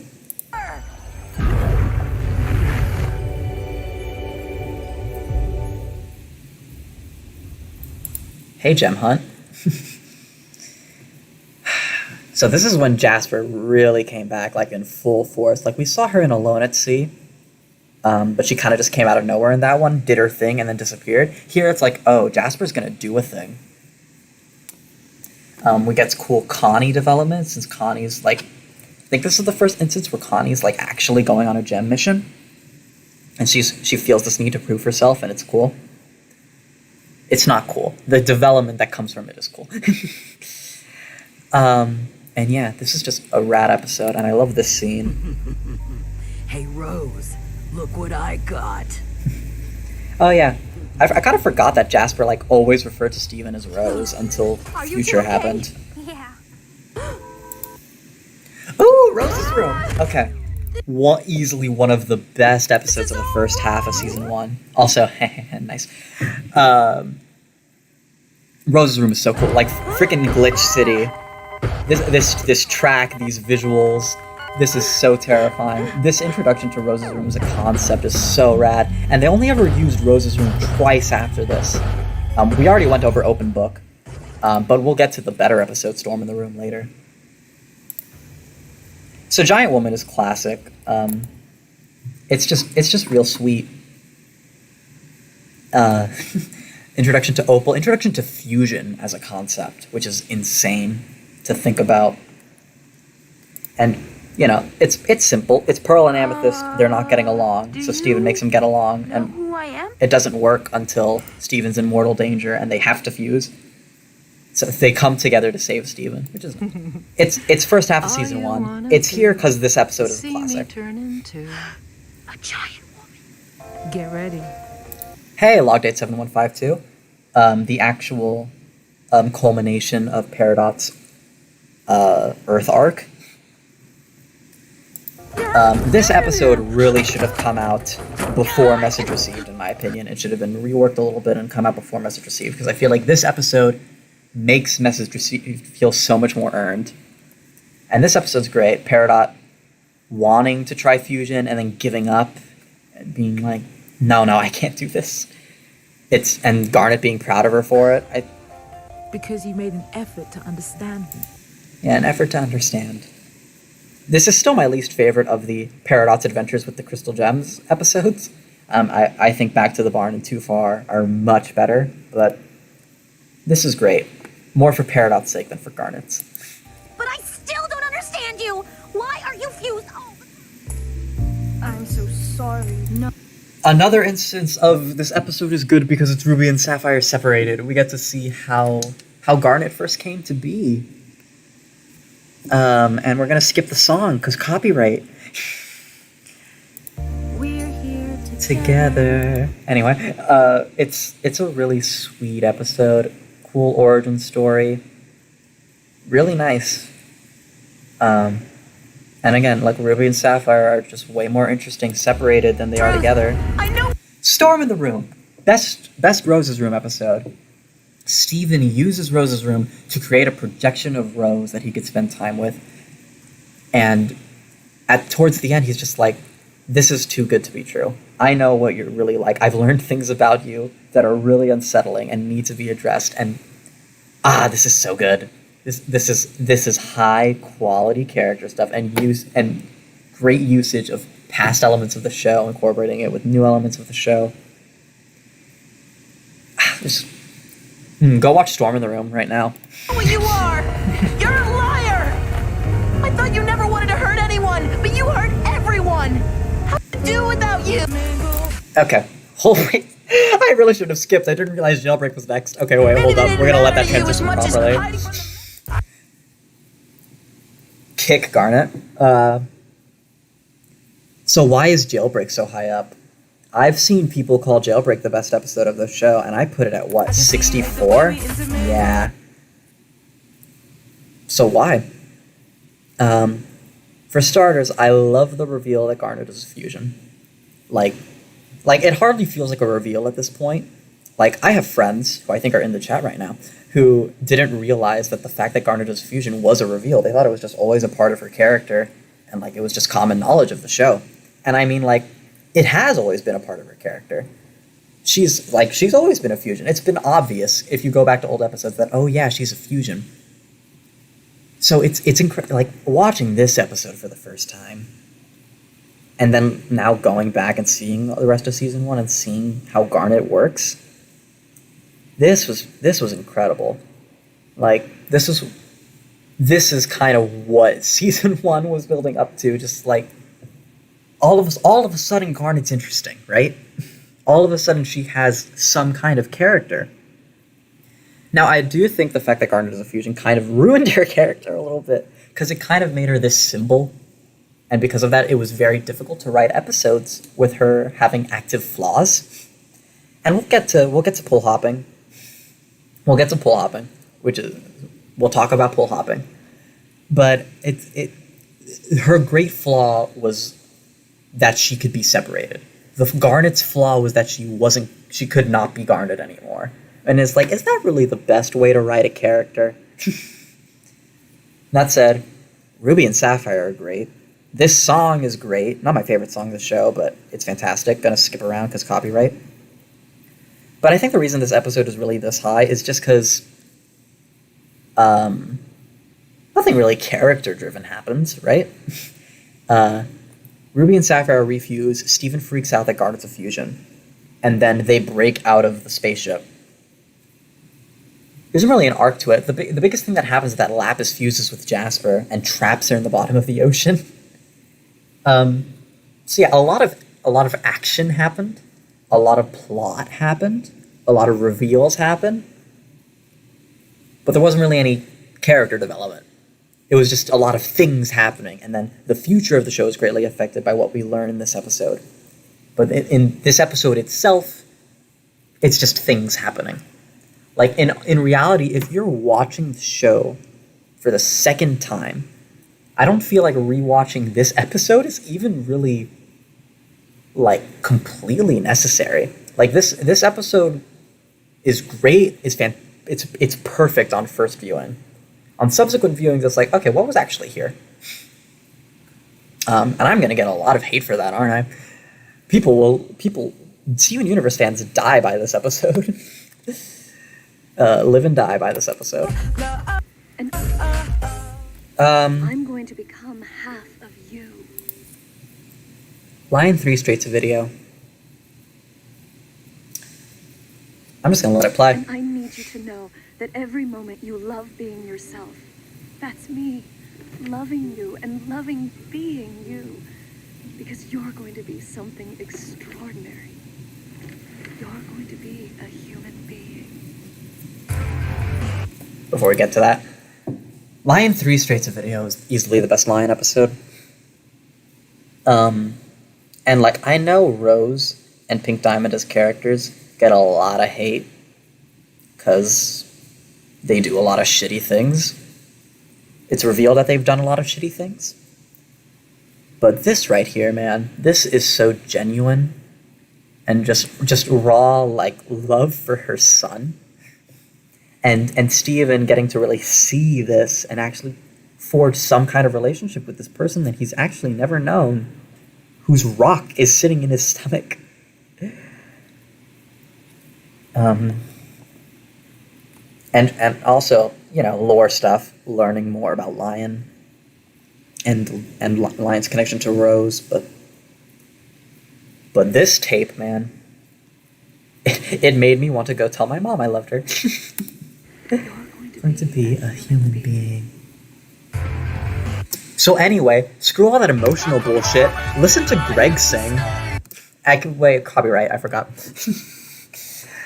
Story for Steven is so cool. I love seeing... This is the first of the Greg flashback episodes, and it's one of the best. I love both songs in this episode, both Comet and Destiny.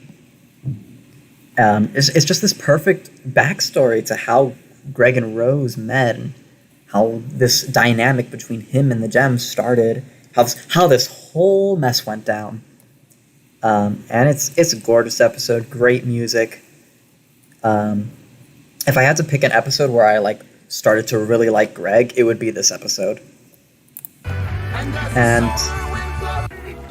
okay, wait.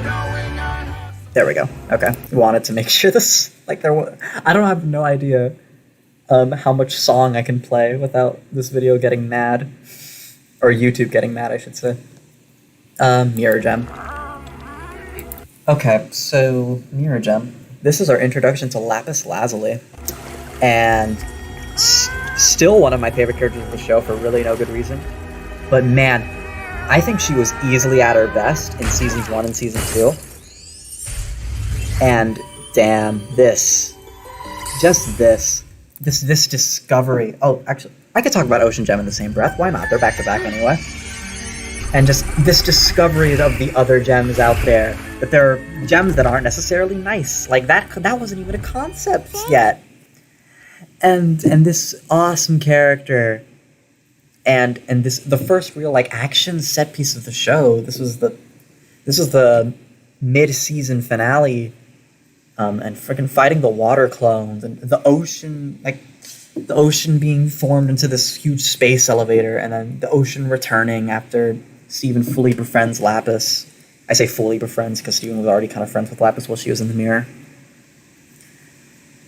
Lapis was never the same after this. I do think the stuff with Malachite was really interesting. And I think Same Old World was a really great episode. But I think after that, they kind of didn't really know what to do with Lapis until... And then season 5 happened and it was better. But just, I love Lapis so much I wish she was a better character, if that makes any sense. But man, her first appearance... Her starring role, she was great. It's Lapis. There's only one way out of this. Oh, the end of the Sardonyx arc. Yeah, Pearl and Garnet coming to an understanding about the whole Sardonyx situation. Only if you're okay with it. Real cool. Big fan. What do we do? Guys, calm down. It's gonna be fine. Look, she has a drill. It's fine. Let the hammer form. There we go. It's friendship. I like Pearl's side of this whole conflict more than Garnet's. Not saying that I don't like Garnet's side of it. Garnet's side of it is interesting. mostly because she splits into Ruby and Sapphire.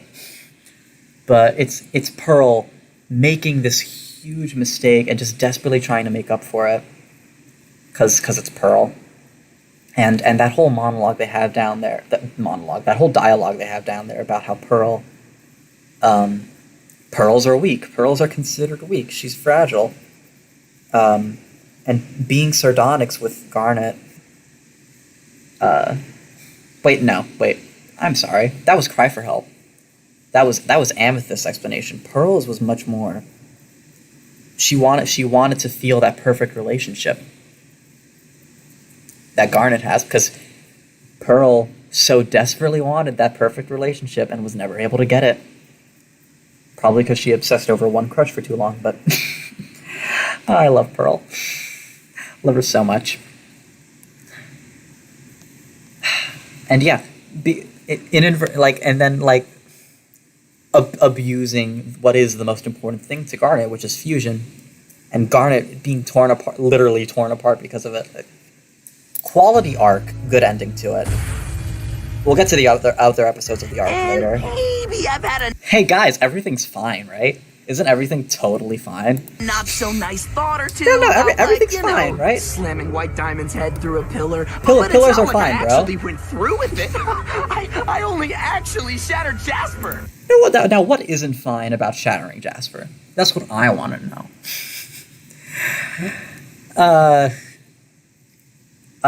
When I first saw this episode, I was actually unsettled by it, because look at this. Look at the reactions. You're joking, right? Look at the reactions. The way Steven acts during this entire episode is just like, oh my god, he's losing his shit. This boy needs therapy. And I think what really sells is the reactions of everyone around him. They are just as unsettled as we are. This is a completely different person, and it's scary. It's my fave song! Anyway, Bismuth casual. Bismuth and Pearl are cute. Steven and Connie are cute. And that's really as much as I have to say about this episode. You say Yeah, I don't need to talk more about Bismuth casual. Screw it. Let's talk about Bismuth as a character, since we've got Maid of Honor next. Bismuth was heavily underutilized, because she really only had 3 episodes focusing on her, right? Her premiere episode, this episode, and Bismuth casual. And she's an interesting character, a war vet, classic crystal gem, really obsessed with the crystal gem idea. But the thing is, she became obsessed with the war era, and with the idea of war, to the point where she was like, oh no, yeah, let's actually kill our enemies so that we can win.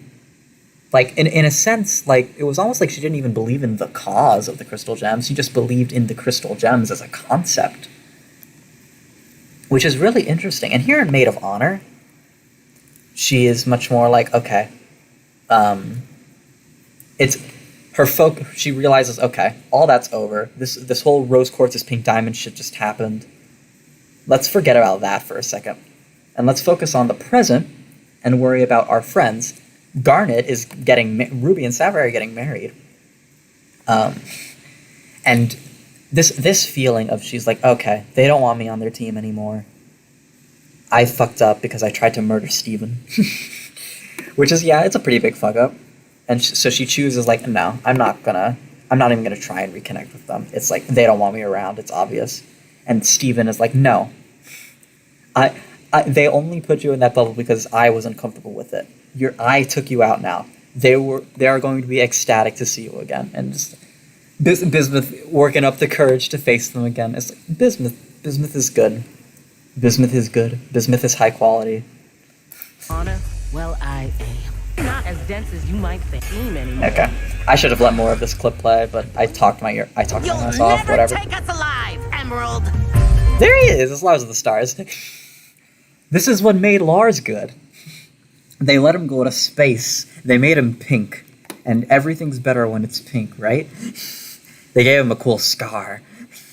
Literally, this is the reason I like this episode. It's just cool to see Lars as a space pirate. Emerald, Like, there's no real characters. Well, there is character stuff for Lars. He kind of reverts back to season 1 Lars for a minute, and then Steven and Connie are like, no, stop that. And then Lars is like, oh yeah, everyone hated that version of me. Let's go back to Space Pirate. I just like Space Pirate Lars. I like Lars of the Stars. Okay, wait. I skipped. I skipped. Whoops. We've always had something to pick. There we go. In Dreams. I feel like that title is a reference to something, but I don't know what. Steven and Peridot episode for Steven Universe Future. I really like this exploration of kind of what their relationship has meant to Steven over the course of the show proper. This idea that they've always had something to fix together it's really interesting. And Steven feeling like he's inadequate now because like how, he doesn't know how to be a friend without something to fix.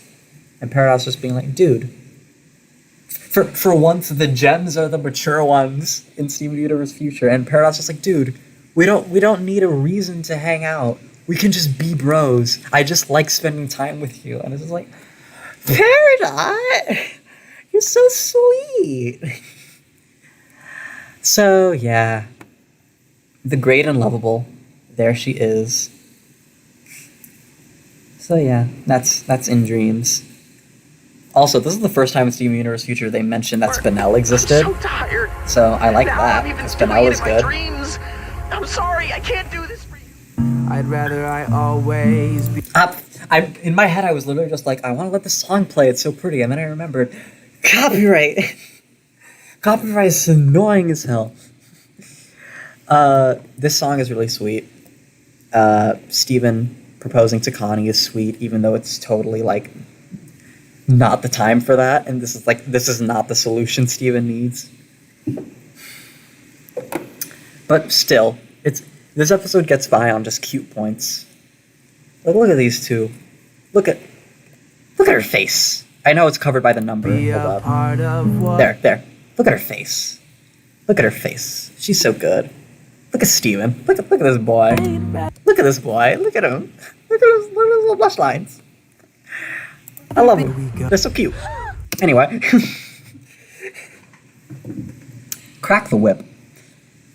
So, this episode is so cool because it perfectly transitions into this Connie feeling inadequate arc into the Amethyst feeling inadequate arc by basically giving Connie this great moment where she proves herself and Amethyst just gets poofed. And it's just, this is the lead up to the best arc in the show, Amethyst arc in season 3, and it's also the culmination of Connie's little mini arc that started in Gem Hunt. It develops a relationship between Connie and Amethyst, which is interesting as hell. And I believe Jasper is cool as always. But yeah, hey, check it out, it's Stevonnie. Here it is. Yeah, shoo, it's Stevonnie. Gotta love Stevonnie. So yeah, I think this is one of those graceful examples of the show tackling multiple character arcs at once. Because it works so well in this episode. This is such a great episode. And that's really all I have to say about it. So let's go to, back to the moon. Rose Quartz shattered Pink Diamond, except she didn't, but we'll find that out 2 seasons from now.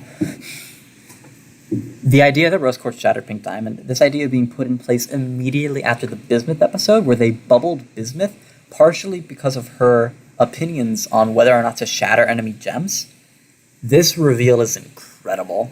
And just like, and they don't even spend too much time really tackling like the conflict Steven must have with both of these facets of knowledge. It's so well implied. Like, you already know, it's like, oh, Steven's just gonna have to sit down and think about this. And you could tell that all the gems already knew, and they were just keeping it from him for his innocent little brain. And it's just, also, this makes Eyeball a great character. Ruined in Bluebird, but whatever. And it's just great reveal, and great character-driven reveal. This has an effect on our characters. You could see it immediately. With my own eye, I watched the leader of Like, look at this. Look at that quiver. No. Rose Quartz would never do that. Look at that. This. I know crying is commonplace in this show, but it always feels earned. Like, at least almost always. Like, it always feels impactful. Give me that. No! No, don't give her that. Too short to ride. Okay. So, I didn't want to get into this topic, but I feel like I should with this episode. I was kind of rooting for Amadot. I was real into Amethyst and Peridot. I loved, and it was mostly because of this episode. Like, this episode really established that, like, yeah, these guys are bros, and if they wanted to introduce a new romantic gem pair, I felt like Amethyst and Peridot would have worked really well. That said, that never happened. And honestly, I think the show was better off for it, for not succumbing to the shippers. But yeah, this episode, it is Amethyst being mature and trying to help Peridot actually have like confidence in herself, despite the lack of gem powers. And it's just, I still think these two characters will always be so cool together. Don't need. Wait, Also, metal powers. Peridot's got metal powers. But Okay. Actually, we can. I am my monster. The like actual finale of Steven Universe. This is the action finale of Steven Universe Future. And it's nice to actually see the gems be like. It's nice to see Connie be like, "Hey, gems, it's not about you this time. This is about Steven. We need to help Steven. It's all your faults. We're gonna get over that right now, and we're actually gonna help our boy out." And Connie being the final blow to help Steven get past this. It wasn't perfect, but it was pretty simple. But it was very effective. I still really like it. Look at him cry. And look at Big Hug. Hey, Spinel, what do you know? That's copyrighted music. Also really like Bubbled. This is a follow-up to Back to the Moon. We see Steven interact with Eyeball. We see a brief interaction between Steven and Garnet discussing the implications of Rose having shattered Pink Diamond. Really good episode. Also, they actually put this full song, vocals and all, into an episode other than the credits. So that's great. Would it be super wrong of me to stop and go get water? Because this is starting to strain. I didn't think this would strain so much. Let's go for a little bit longer. Super Watermelon Island. So this is the actual Season 3 premiere, although it's kind of, again, a continuation of Cluster stuff. It's a kaiju fight. It's Alexandrite versus Malachite, and it is so cool. Like, this is one of those action sequences where I'm like, oh yeah, I'm a fan of this show's action. When it does it well, the show can have really, really cool action sequences. And that's really most of what this episode is. There's some watermelon stuff going on. I guess I would technically consider this the best watermelon episode. But it's mostly because of Malachite v. Alexandrite.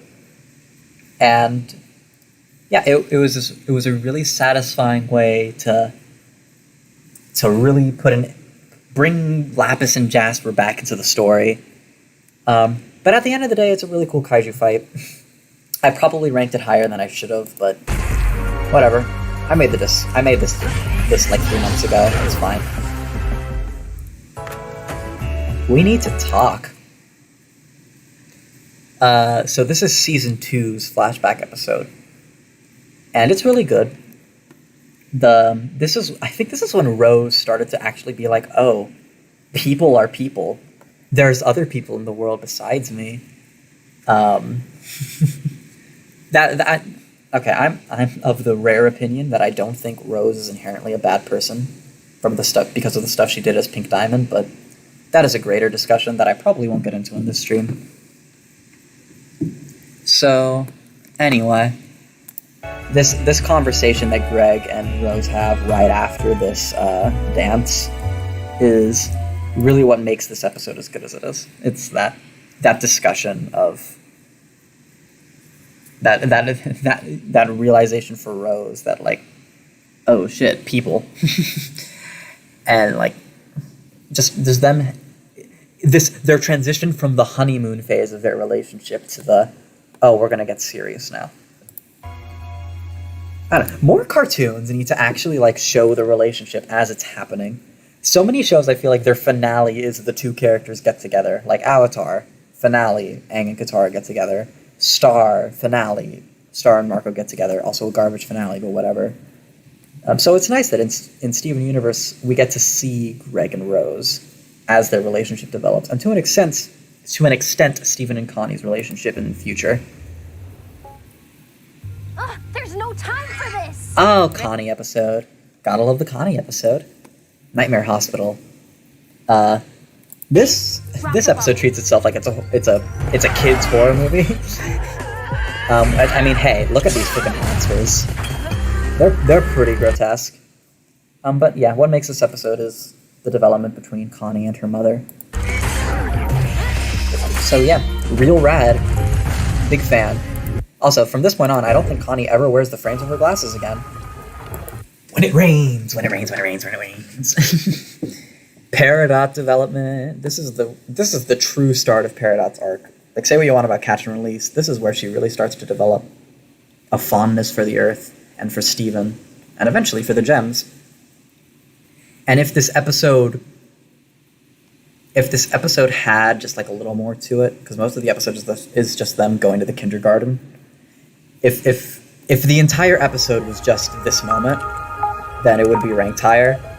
But as it stands, this is a really great episode and a fantastic starting point for Peridot's character redemption arc. Yeah, you did it! What do you think? Is out in space that want us... Joyride. Really fantastic episode. Like, this entire monologue. Because Let's let they it think play. we're traitors. And they tried to take me hostage because they think I'm my mom. And maybe I kind of am? I wish I could talk to Garnet, Amethyst, and Pearl about it, but I think they kind of blame me for my mom not being around. So yeah, I think this was the first time we really saw Steven, like, emotionally address the nature of the situation he's found himself in. And like this idea that the gems kind of blame him for Rose not being around is a very season 1 idea. Season 1, season 2 idea. Because after this, the gems really significantly develop past that point.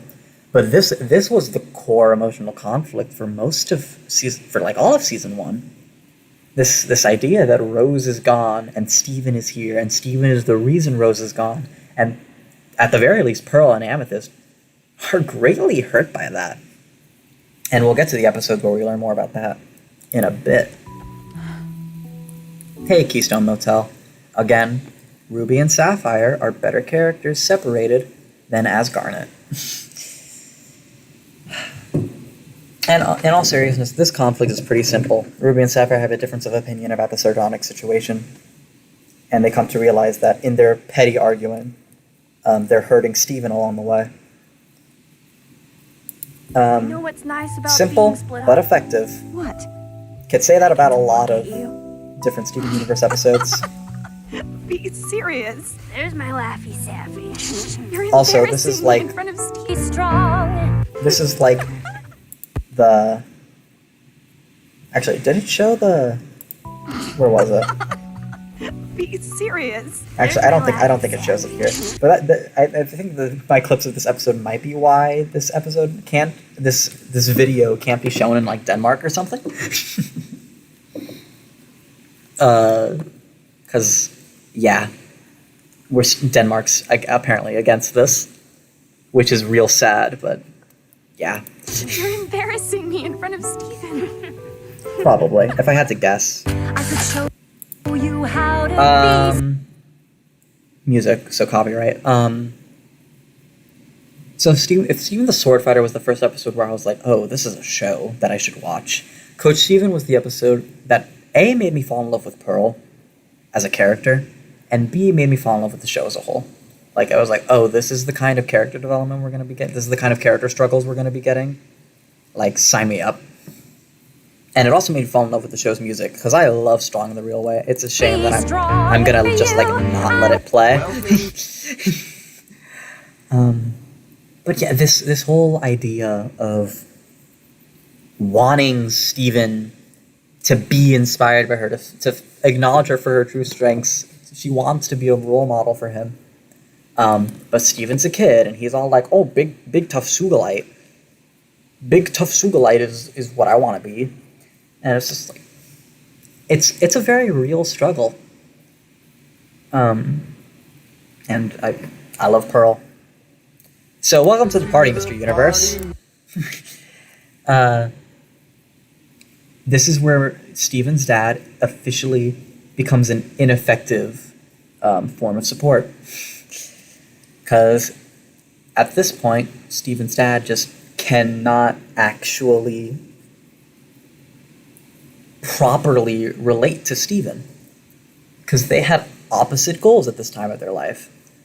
Greg wanted to leave his stuck-up family behind and go live out his dreams.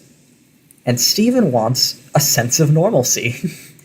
Steven wants to feel like a normal kid for once. And this clash of ideals and the sudden, like, oh man, Greg can't solve this problem for Steven. Since throughout the entirety of the show, he's been such a consistent form of positive support for Steven. This is heartbreaking. And also, I like the song. I like the like David Bowie-ness of it. Won't play the whole thing. Rosebuds. Another Steven Universe Future episode. This we address the rose quartzes that are in the zoo, and it's a funny episode. This. Are you feeling okay? I'm going to the bathroom. Love Pearl. But yeah, I mean, this entire setup is just, this was gold. One of my favorite episodes, Steven Universe Future, for sure. Actually, how many of those do we even have left? Got, like, volleyball, fragments. A couple others, maybe. But I think we've covered most of them. I'm the one with disability, so I've got to be... Pool hopping. The best Garnet episode. Because, oh my god, Garnet, as a character herself, has a flaw. She feels pressured to do better with her future vision ability because she's the one that has it, and she's the leader of the team, and she needs to be the strong one. But she just... everything's become so unpredictable that she can't anymore, and she's losing her shit. Ahead of the next big Like, oh my god, change. Garnet's an actual character. Here. And she gets a cat, which is always great. Look at them cats. Look at the cats. Cats. So yeah, best Garnet episode. But I don't like Garnet, so we're gonna move on from it quickly. What's your problem, am I right? Amethyst being mature. I'm ending it right here. I am the Ding Dong Sunshine Future, your friend forever. And I'm not gonna fall apart on you. She's grown so much since the start of the show. And this in reality is just kind of a result of the season 3 arc that we'll get to. But this is so good. Because throughout the entire episode, you think she's going to have this big like monologue about how she is hurt by the whole Rose's Pink Diamond situation. But no, she's just like, no. This is bigger than me right now. We're going to get through this together, and I'm not going to dump this problem onto you. I'm mature enough to know that this is not the time for that. And it's just like, man, Amethyst, you tried so hard to be my favorite character, didn't you? And you fought hard. So this is what Homeworld thinks of fusion. All right, another instance of, well, I ranked this above pool hopping, really?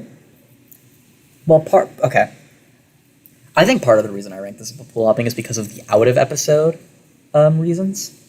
This was during a time where the fan base really wanted to see Ruby and Sapphire again because Jailbreak just happened. And in response, we got to see what it would mean to see Ruby and Sapphire separated. Because here, Garnet splits up because she sees this horrifying forced fusion monster. She almost splits up. And it's this horrible scene of just pain and agony in Garnet's face. And it's like, oh, she's imperfect, right? And it's really something. Like, it really hurt to watch. And it made it to the point where it's like, okay, if we ever see Ruby and Sapphire again, it is going to be for a good reason. It is going to be because of some serious trauma, really. Like, that's the only real reason Garnet would have to separate. So I think as a message to the fan base of, like, this is what it means to see Ruby and Sapphire, it's like, I think this episode is really strong. Do this. They'd have known. And then this punishment for the rebellion. It's not our fault. This back and forth is good too. Steven. Lapis, it's so beautiful up here. Just a second. Oh god, how did that come out on the stream? Belcher, are you still paying attention? How did that sound? I just needed to let that one out, damn. So Same Old World is an episode. I'm so distracted by my burp.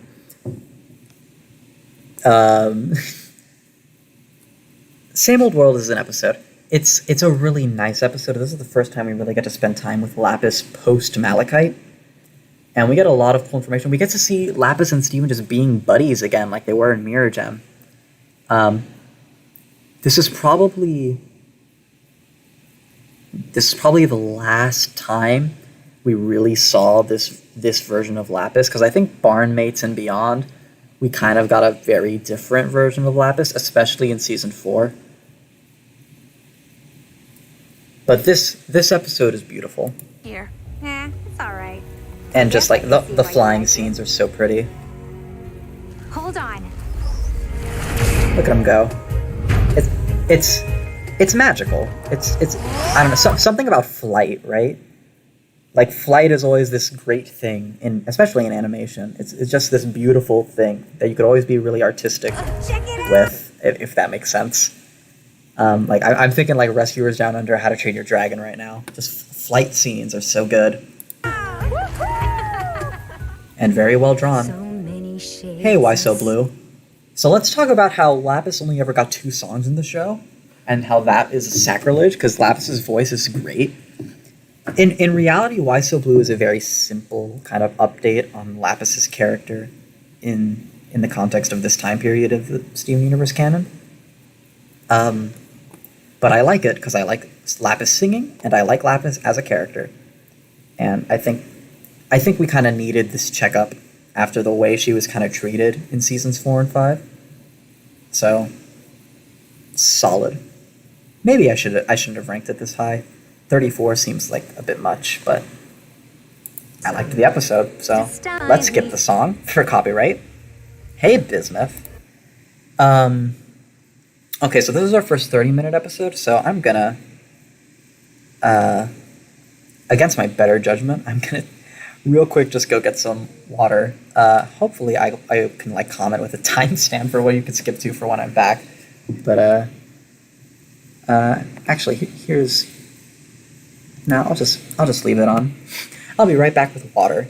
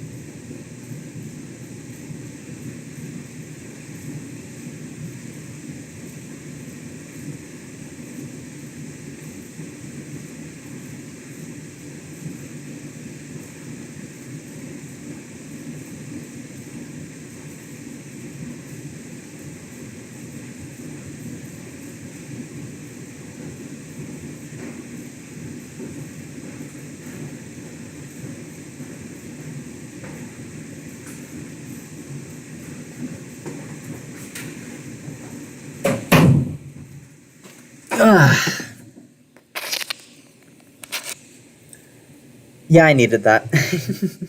So I now have water with me. Hear that gulp.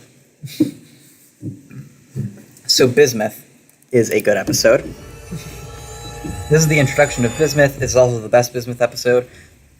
Wow, a Just- total stranger. This concept of a new gem from the war, a new crystal gem coming from the war era, and suddenly being reintroduced to the way the crystal gems are now, is just like, it's just like hell yeah. Like this is such a cool idea. And the end of this episode, Girl, where he tries to kill Steven. She tries to kill Steven. Wow, did I really just do that? Bismuth, she tries to kill Steven. This is just a cool episode, and this is the first 30-minute special the show ever had. So yeah. Oh, thanks for putting in the timestamp, Beltran. We'll use that later. So yeah, good stuff. This is the last Bismuth episode. I should have more to say about Bismuth as a character, but I really don't, and that's probably just because she was very underutilized. She only really got 3 episodes, huh? Man. Such a cool concept, but not enough done with it.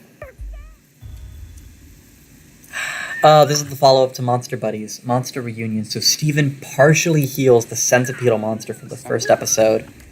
And look, I love crying in this show. It's always effective. That light. And Where did that come from? and Steven learns more about the Diamond Authority and what exactly causes corruption. And Centipedal as a character in this state was so interesting to me. This was so cool to see. One of the reasons I love season 3. That's a song. Damn it. Familiar. This is the episode that follows Lex from here to Homeworld and kind of the beginning of the end of the show. The beginning of Steven trying to really clean up the Homeworld and Great Diamond Authority. And this episode is super cool because it essentially takes aspects of the first season that made people dislike the first season. The fact that Steven was kind of annoying and pestered a lot, and his voice was more annoying, and brought it back and made it relevant to the finale of the show. I don't need to explain exactly how I did it because the episode is very explicit with it, but and I don't feel like explaining it because this video is already well over 2 hours long. But just know that that is the reason I really love this episode. That was such a cool way to tie in season 1 stuff and really makes season 1 as a whole worth watching despite the hate the first half of season 1 gets. Help us get along. Off color. So this is the episode where Lars gets resurrected and becomes a good character. In actuality, Stuck Together, the trial, and this episode and Lars' head all work to make Lars a better character. They all work to basically redeem Lars, but this acting simultaneously as Lars' development and also a revelation of what exactly Lion is so freaking rad. Off Colors is so cool as an episode, and it's incredible how they made this character that I detested so much, and then they somehow made him good. I kind of can't believe it. And here's Lars' head, the episode directly after, where So you were. yeah, Steven connects the dots, and all the stuff from Off Colors kind of If only you could talk. comes together. So yeah, Thanks, buddy. real good. Big fan. Fragments. Okay, so this is apparently the episode that's getting nominated for an Emmy. I don't know if the Emmys have happened yet or not, but this is the one, right? That's getting the Emmy treatment.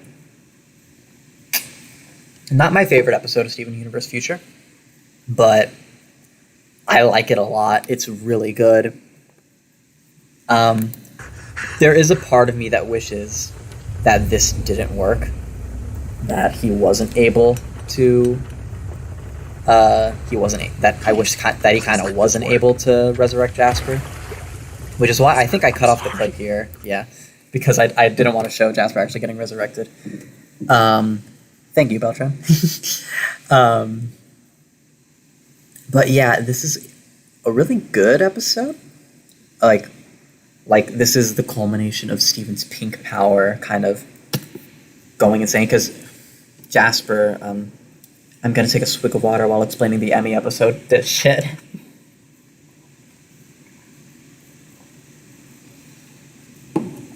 Jasper kind of fueling Steven's more aggressive side, creating this aggressive version of Steven, being like, if you have this insane power, you need to learn to control it, you don't need to learn how to hide it or contain it. I've spent too much time watching Frozen. Point being,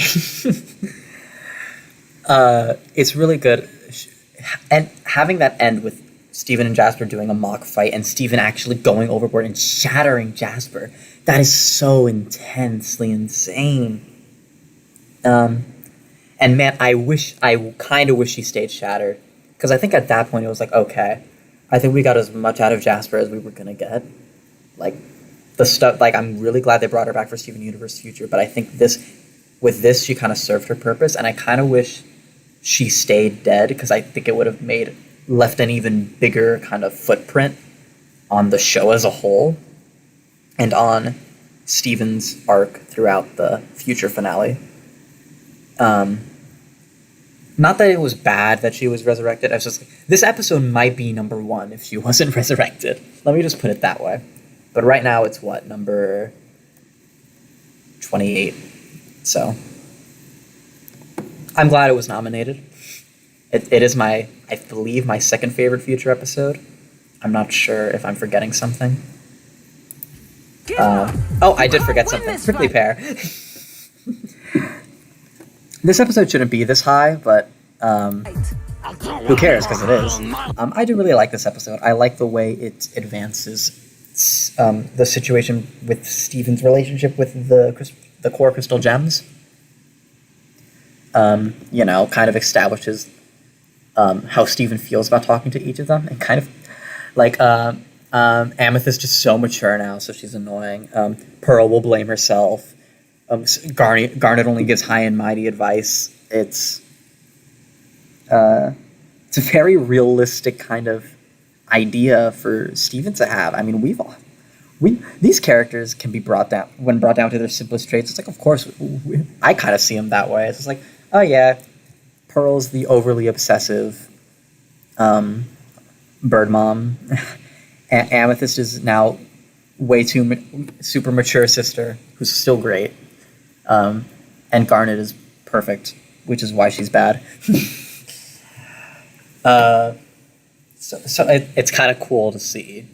Just to see Steven at this point in Steven Universe Future. It might be one of my favorite versions of Steven. And this episode is the showcase of that. Also, the cactus monster I like a lot. What do you... Raising the barn. So you know how I said they kind of messed a lot with Lapis's character after Same Old World? And especially in Season 4 and the second half of Season 3, she kind of feels like an entirely different character. This was the episode that undid that. Because this is the episode that consciously reverts both Lapis and... This is the episode that consciously reverts both Lapis and Peridot into an earlier part of their character development. Lapis goes back to space, Peridot goes back to the bathroom. And this... Say, Lapis? Let me let the scene play for a second. I am not getting caught in the middle of another war. Lapis Lazuli is such a tragic character. She's so good. Because the big reason why her character feels off throughout the second half of Season 3 and through Season 4 is because she's kind of become just Peridot's roommate, and they kind of just are silly together and do silly things together. And it's just like, this is kind of the payoff for it, because we get the return of Lapis's original character in the form of this kind of like, man, despite all this time that Lapis and Peridot have spent together, Lapis still just cannot get past her really serious trauma. and it breaks Peridot's heart, as we'll see. Not quite yet.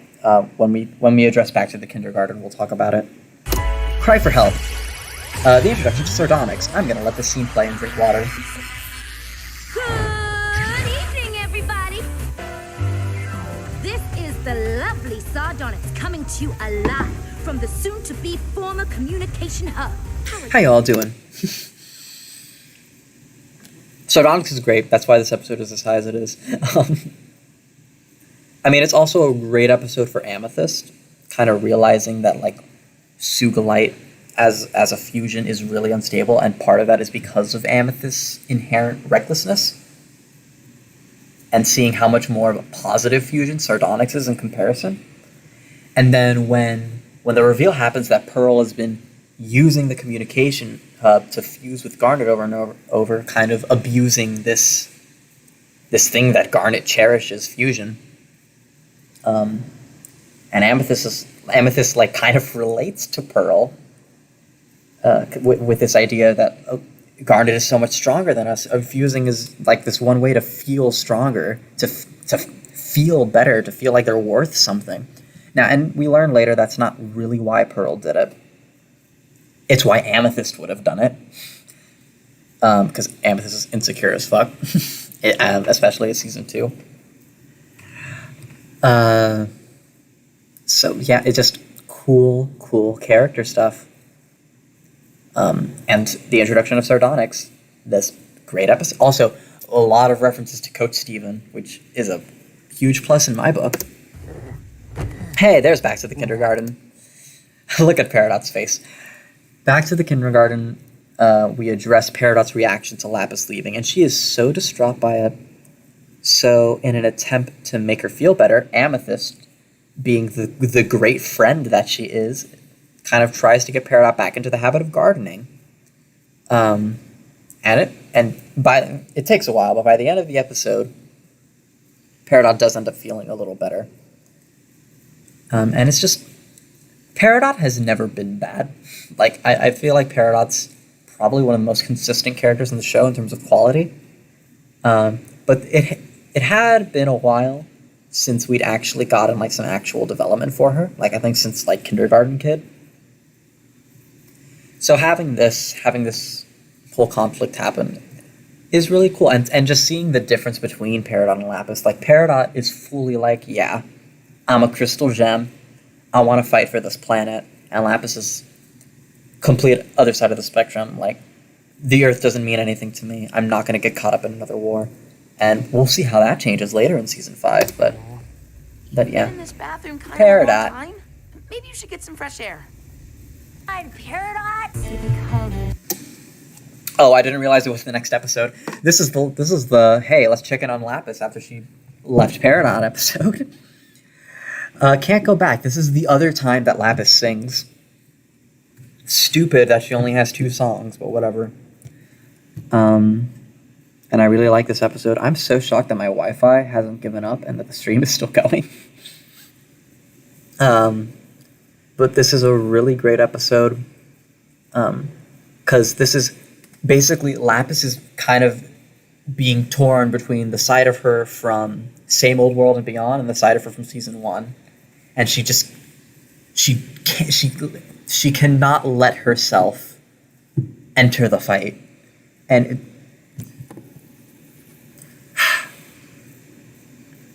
Lapis as a character has been pretty rocky, and I know there are definitely fans who don't see this as much as like a cool thing.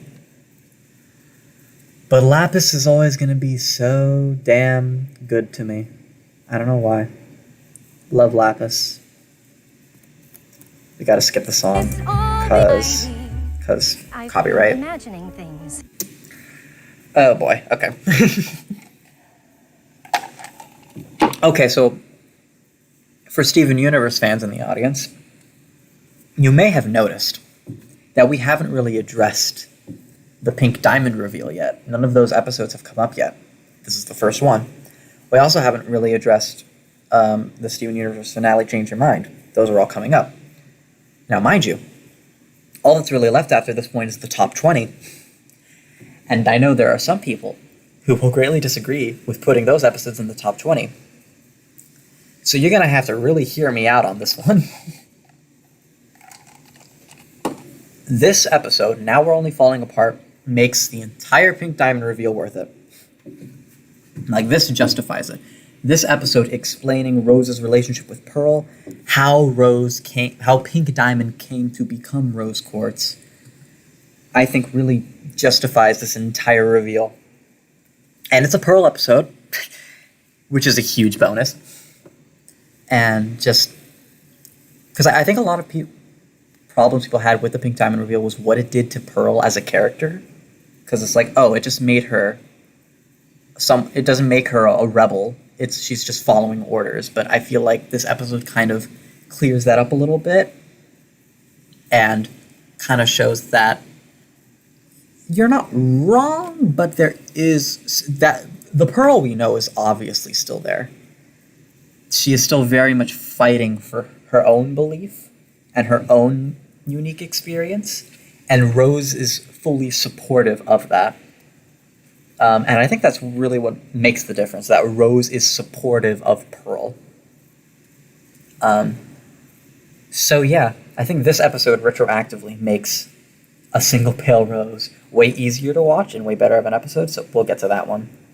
But yeah, Even when you haven't Now We're asked Only me Falling to, Apart. it's quartz. Very good And episode. I'm not yours, but I make you so happy anyway. Isn't that ridiculous? Tell me to stop. Please don't ever stop. What did she say? Oh, hello. That's more music. Steven Universe the movie. I had a long debate with myself over whether or not to include this on the list because it's not really an episode. And it's kind of unfair because obviously the movie has such a longer runtime. Like, how could you really put it next to the other episodes? How could you really compare that? But I decided it was one entry, and it felt weirder to exclude it, especially since we were going to be talking about Steven Universe future episodes that included Spinel. So I feel like this movie makes enough of a big impact on the future of the series that I decided it kind of needed to be included. But I decided the best, because I love this movie. It's great. It's a huge fan service movie with a great character in Spinel. I love the animation on her. I there's only so much of it I could show because song, but look at this. Wait, actually, let me get that. Can we get that again? Wait, I'm bad. Can we get that swivel again? There it is. Hopefully that doesn't get destroyed by copyright. Look at her twirl. Oof. Okay. Spinel's awesome. It's a really fan-servicey movie. Kind of recreates all the best moments of the show. Amethyst and Steven's relationship. Pearl rising above her obsession with Rose. Becoming independent. Garnet existing. I don't fucking know. Still don't like Garnet. Bismuth gets a song. Oh my god, I had no clue Bismuth's voice actor could sing. And this is the only time she ever gets to sing. And it's just like, oh, damn. Okay. But, yeah. It's a full-ass musical. Of course I'm going to love it. I'm a big musical fan. But, so I decided in fairness that I would make it so that the movie was included on the list. It was obviously going to be very high up, but I figured since it's not in the top 20, like making it number 21, just not the top 20, makes it okay. Like, it is awesome, but there are 20 episodes of the show proper that I feel like are higher quality, despite the longer runtime of the movie. So I feel like that justifies the movie's inclusion in this list a little bit more, If you still don't like it, you can just pretend it's not there because it's one entry and move every previous entry up one. So yeah. Good movie. I also definitely made this clip longer because I did it with the movie and also with Change Your Mind just because they are such longer pieces of media that I felt like they kind of deserved longer clips. And I just wanted to play other friends for a bit more. Okay. So everything before the top 100 was pretty just like, yeah, okay, standard Steven Universe. Like, it's good. When I got to top 100 and I was like, top 100, these are the episodes that if you asked me to rewatch them at any time, I would be like, yes, hell yeah, let's do it. The top 20 are what makes this like a top tier cartoon. I feel like these are the episodes that people at the very least should be crediting as like some of the best things to come out of kids television. Like television in general, honestly. This is good shit. And we're going to start with Alone Together. Now, Alone Together should probably be higher up on the list.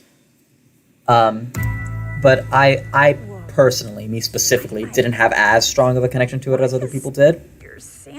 But I mean, it still made the top 20. It's still one of the best things to come out of television in recent memory. Too small for my... Like all the concepts in this episode, like anxiety, that idea that Rebecca Sugar mentioned, that idea of suddenly being in this new body, even though it's still just you, and people look at you different, even though it's still just you, and that whole idea is awesome.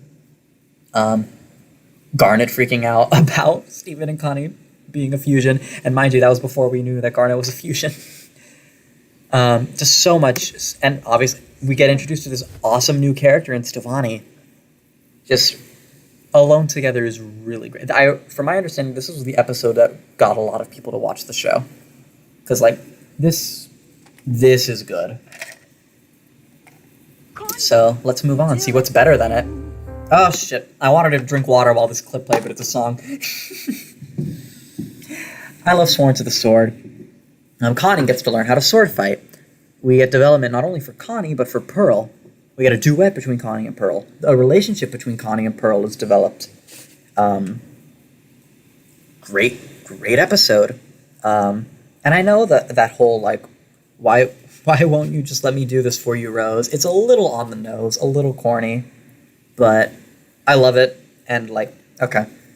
While we're here, I might as well say, my Pearl bias is going to come out a lot in this top 20. So just kind of let it happen, okay?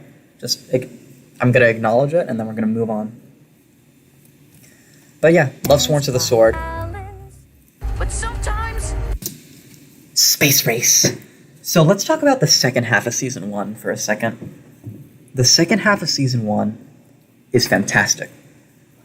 Like, if I were to rank all the seasons, I'd probably go Season 3 at the top, then Season 5, then probably the first half of Season 1, then Season 2, and then Season 4 and the first half of Season 1 are kind of in the same spot. Did I say that correctly? Well, you'll be able to figure out what I mean anyway. So Space Race is one of the first episodes of the second half of Season 1, and just Pearl's desperation to take Steven to space, and Steven needing to be like, no, like, it's just gorgeous, and the single tear, and it's just like, and Pearl has to choose between her longing to go back home, and Steven, and at this point in the show, like, she could have very well not chosen Steven, and I think it would have been perfectly in character.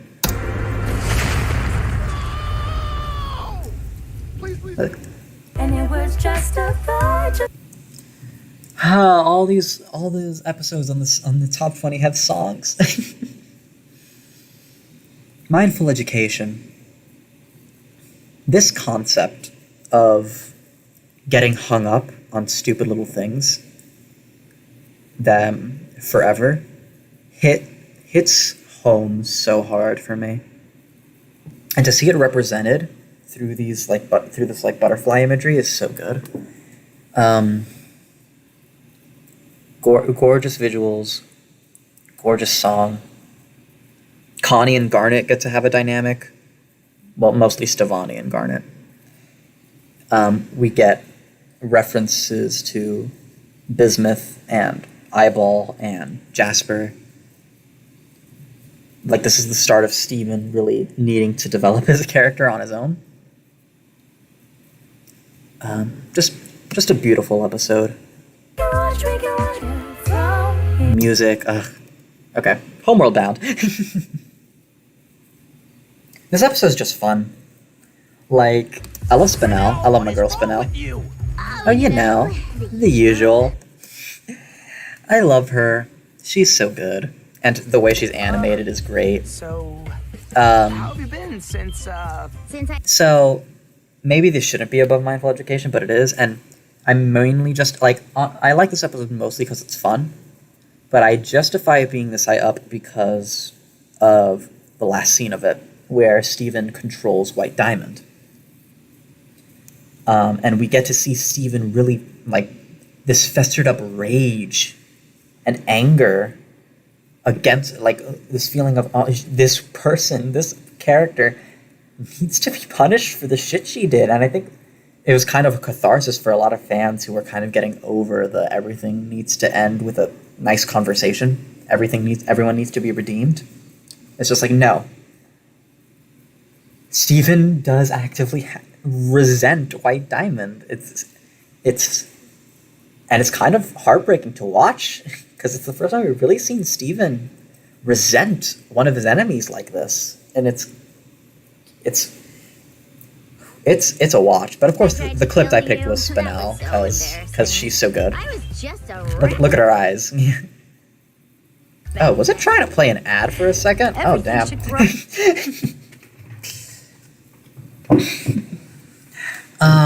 3 gems and a baby. This is the best episode in season 4. This is the best flashback episode, and it's because it focuses on the gems. As much as I love Greg, like, it's the gems. Like, come on. And everything should change, and isn't it so great how it comes so naturally to humans? Well, it's not natural for us. It's not natural for me. In a way, I like this episode a lot, just because it addresses old conflicts through the form of a flashback episode and kind of makes them new again. Like, even though some of this is already resolved, it's like it's just cool to see this time period, see how they dealt with the beginnings of Steven Universe and this whole concept that they just don't understand. It will be for him. I honestly don't want to say much more than that. It's a very simple episode, but this is what the flashback episode should be. Thank you, Rose Quartz. You doomed the planet. Oh, thank you, Rose Quartz. We're getting into the rest of the Peridot episodes now. And this one is a huge, just like, reversal of everything that had been built up to this point. Is there anything that's worth more than Because, like, we just got through, like, 3 or 4 episodes of Peridot, like, getting along with everyone. And to suddenly have this, like, man, Peridot is so far down in the homeworld Kool-Aid and it's just like... You are talking about things that you do not understand. Garnet, stop! And Steven desperately trying to play both sides. And it's just like, it's heartbreaking. It is heartbreaking. But hey, it makes message received all the better, right? I have apparently hurt Amethyst. I'm gonna let this play. Feelings, which was not my intent. If I've damaged my standing with the best gem here, then I've made a serious mistake. I'm still learning. I hope you understand. I want to understand. I'm sorry. Peridot! So this was the beginning of Amethyst and Peridot. This is also where we learned that Amethyst was, at least genetically speaking, defective. We all know that she's not really defective. She's perfect just the way she is. But genetically speaking, she's defective. She's too small. And Peridot points this out, and it actively hurts Amethyst's feelings, and Peridot doesn't really understand that concept, but because Peridot likes Amethyst, like they're actually friends, they start becoming friends at the beginning of the episode, she feels this need. She feels bad for once. Peridot feels bad for hurting someone else, which is not really a gem concept. Or not really a homeworld concept, I should say. So this was the kind of the turning point for Peridot, right? She really starts to feel bad for others. So, yeah. And of course, she can't say it directly. She has to say it through the tape recorder, but that's just... she's great and lovable. It's fine. Where'd you get off acting like your own gem? So this is the beginning of Peridot's interactions with the rest of the Crystal Gems. This was her. This was the Peridot and Pearl episode. We learned a lot about pearls in this episode. We learned that they are basically made to be accessories on Homeworld, that they are subservient to high-class gems. And because of that, Peridot doesn't respect her as a mechanic. And even though Pearl ends up losing this robot match, first of all, that, and just the rest of the Crystal Gems kind of congratulating Pearl on how badass she is. It's one of those, like, man, Pearl has come a long way from Homeworld. And Peridot being this representation of Homeworld as it currently stands and Homeworld's old opinions, and just her conquering that physically and symbolically is so good. It's so good. And it's at the same time, we get development for Peridot and her realization that that this is not how gems work here. That gems can be whatever they want to be. Great example of doing multiple character arcs being juggled at the same time. Very well done. You can't beat me.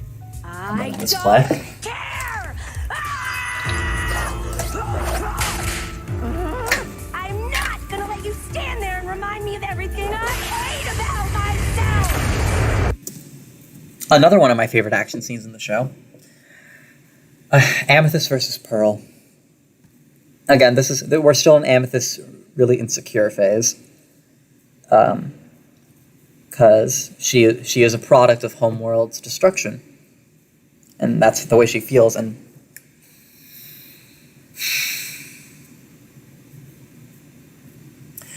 as much as I do love this action scene, I kind of wish I used the clip of Pearl and Amethyst talking in her hole.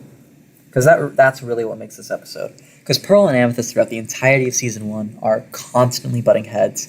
And seeing them come together like that, like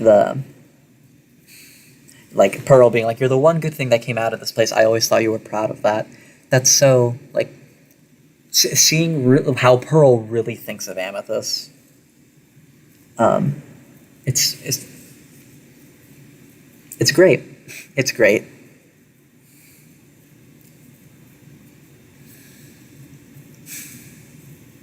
And the song's good. There's a song in this episode that I like.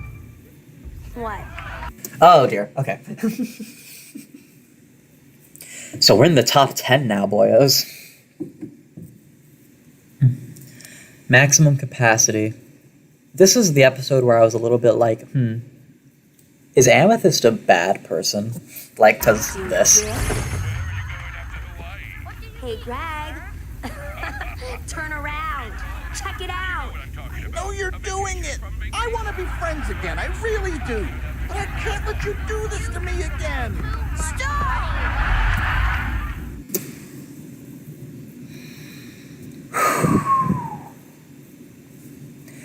It took a long time for Amethyst to redeem herself after this. At least I feel like. This is an incredibly powerful moment.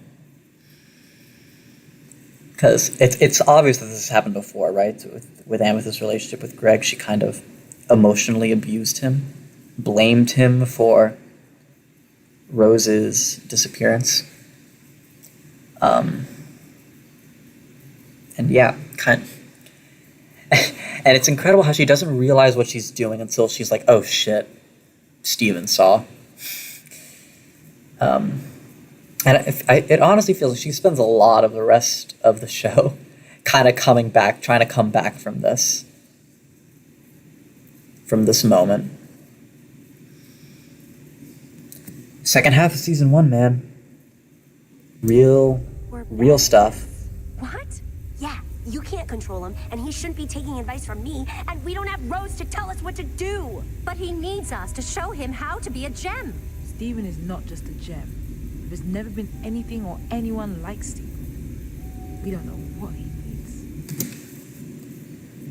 needs. So, Steven's relationship with the gems has always been a little bizarre. And a little, especially in season 1, it was a little less clear.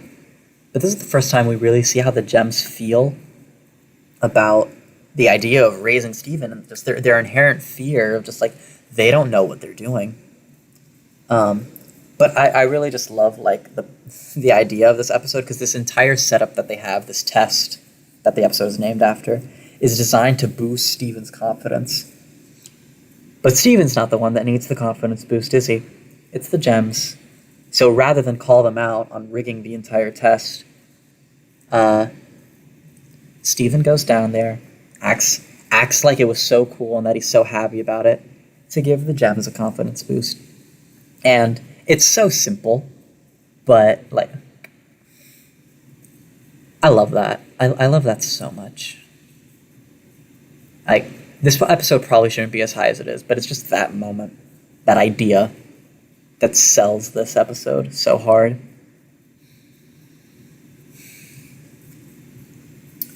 So let's move on.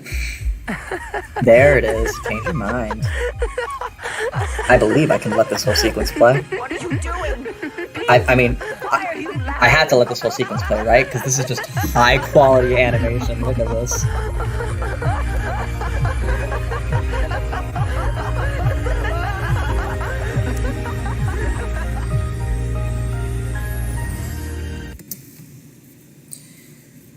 So, a lot of people have a lot of opinions about Change Your Mind. And I will say, I don't think Yellow Diamond's redemption was handled very well. But I thought Blue Diamond's made a lot of sense. I thought White Diamond's redemption arc, for what it was really strong and a good way to end this conflict with this character.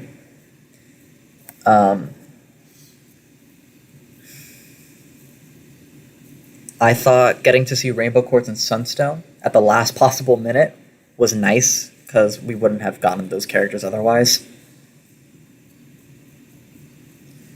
I thought bringing back old messages from the show was also strong, like tying in Kanye's relationship with her mother.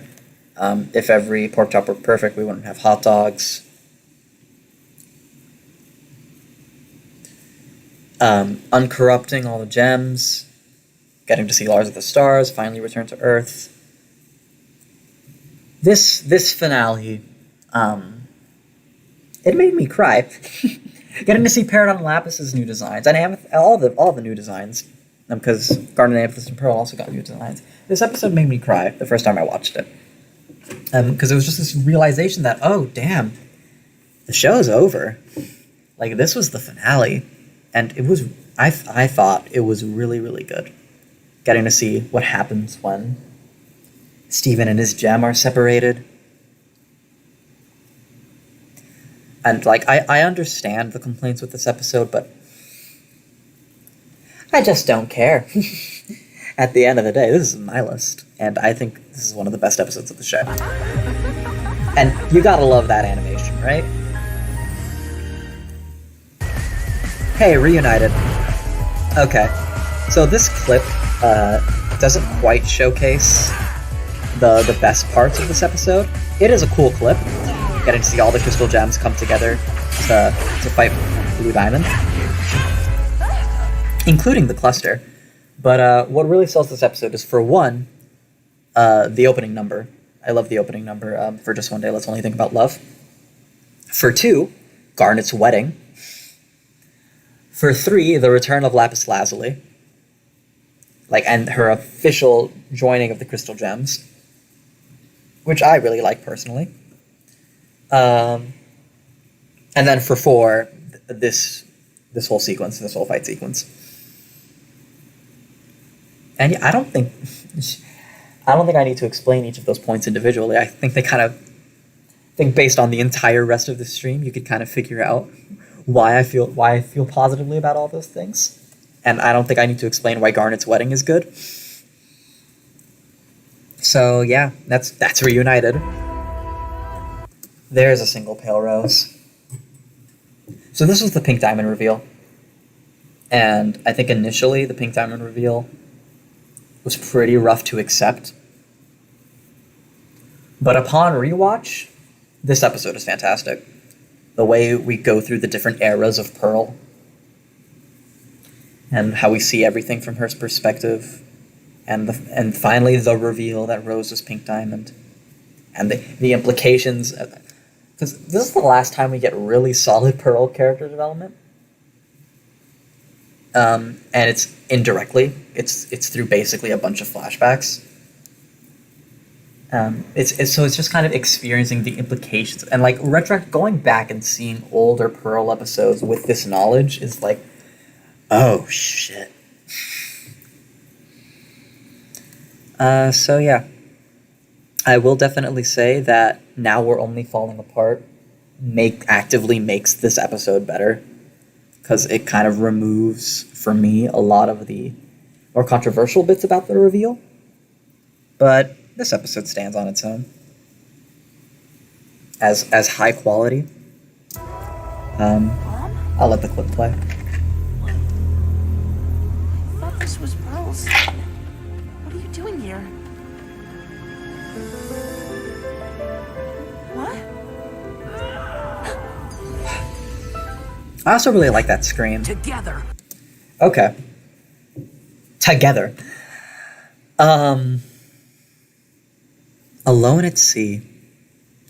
This is another episode that's kind of, I feel like people are pretty split down the middle on, because of the way it handles addressing an abusive relationship. Because Malachite is an abusive relationship. Jasper and Lapis' relationship was abusive. The question is, who is the abuser?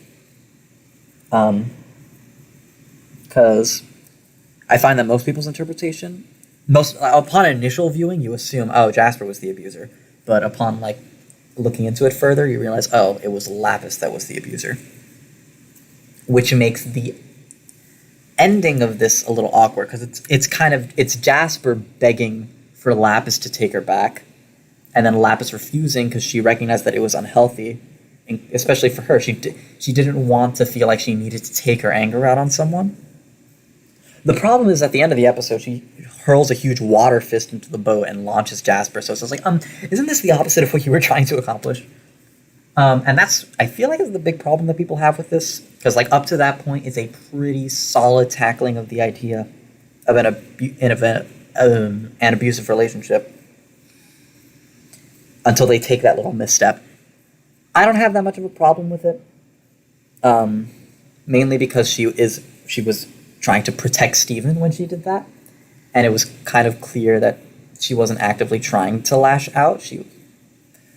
But I could understand people having problems with that. I'm not going to argue against that. But for me, Alone at Sea is one of the best Lapis episodes in the show.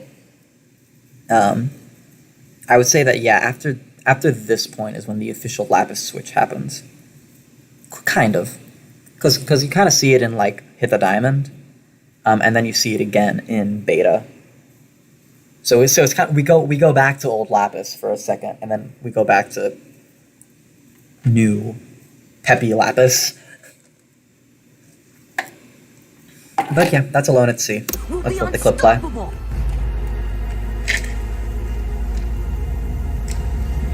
No! What? What we had wasn't healthy. I never want to feel like I felt with you. Never again. So just go. Lapis! She said no.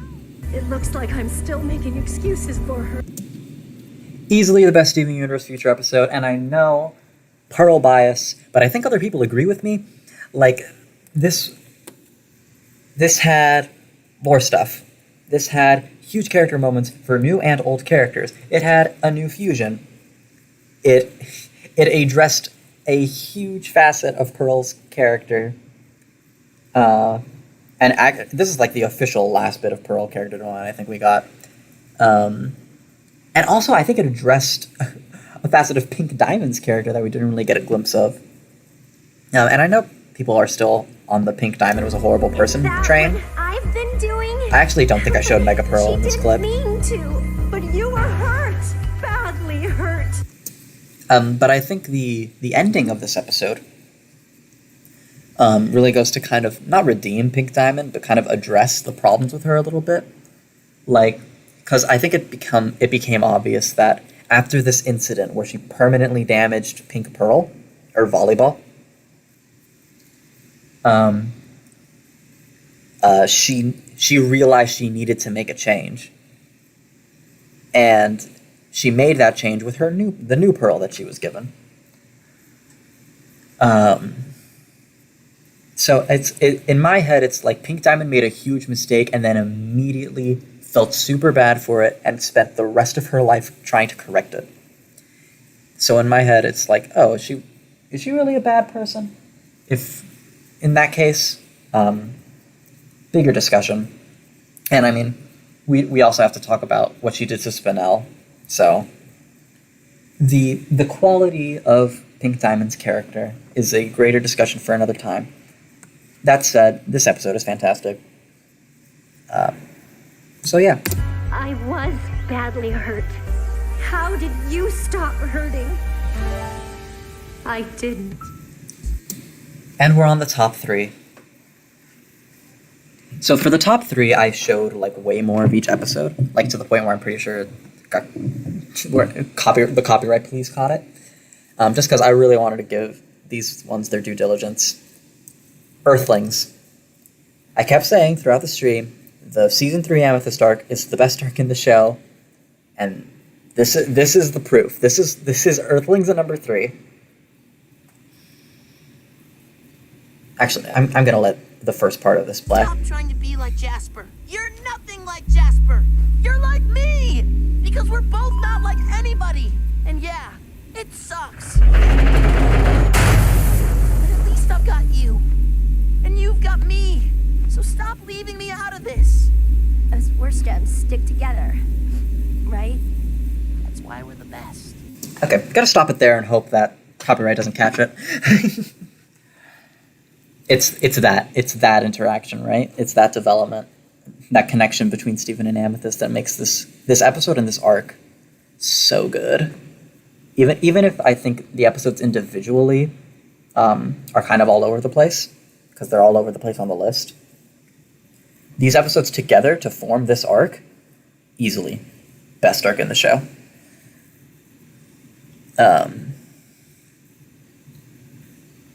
And this is also the introduction to Smoky Quartz. Oh dear.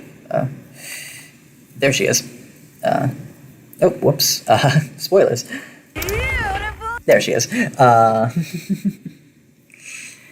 So, yeah, it's Earthlings. And also, this is the last time Jasper gets to be a villain. This is also probably the best use of Jasper. It's Earthlings, man. Who are you supposed to be? My Pearl, you're wonderful.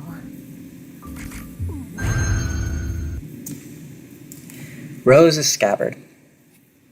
When I was first watching this show, a friend made me watch it, and my friend told me, you could binge watch all the way up to Rose's Scabbard. Stop there because I want to see your reaction to it. And I was like, okay, I'll watch up to Rose's Scabbard. And I didn't really understand why. I was like, what the hell could possibly be in Rose's Scabbard that would elicit wanting to watch the reaction? I get it. This is the proper reveal of really Pearl was in love with Rose, and what that means for her character, like this. Everything I ever did, I did for her. Now she's gone. But I'm still here. Sometimes, I wonder if she can see me through your eyes. What would she think of me now? And again, the implications of how the gems see Steven, like especially in season 1, whether or not they blame Steven for Rose dying, it easily hits the hardest with Pearl. And Steven does the hug. I think you're pretty great. And because for Pearl, she basically sees that it's Rose. It's Rose saying that. And it's a beautiful moment. And look at that background. I haven't gotten a chance to talk about the backgrounds. The backgrounds of Steven Universe are so good. And this instrumental, I'm Still Here, they're just now releasing all the score for Steven Universe, season by season. And I'm probably not going to get any of it because I don't want to spend money and I don't use Spotify. But if I were to get one, I would get the I'm Still Here track. Because, man, this hits the feels. This...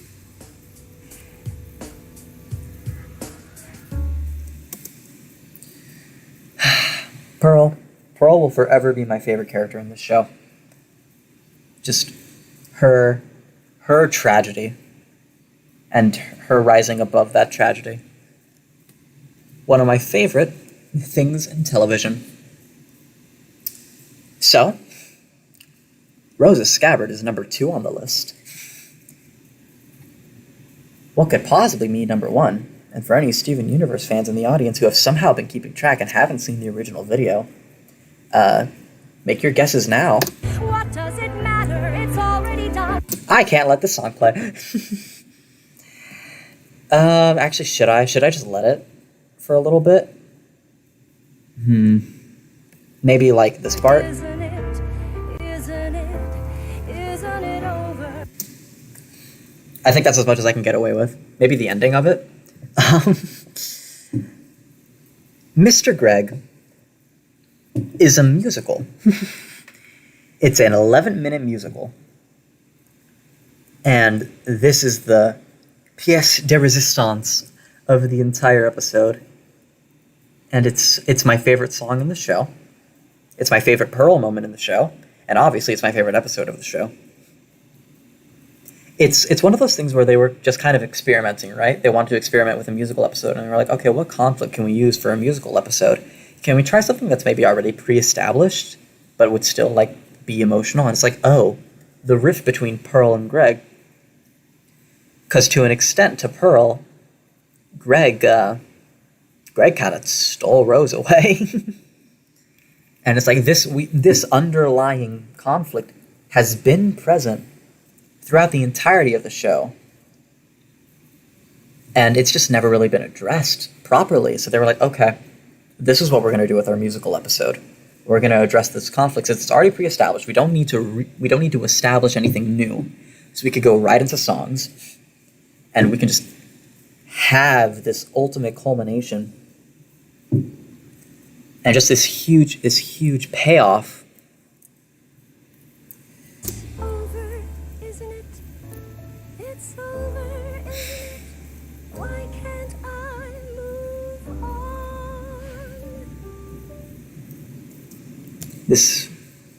It's a beautifully done episode, and I really hope I didn't play too much of the song there.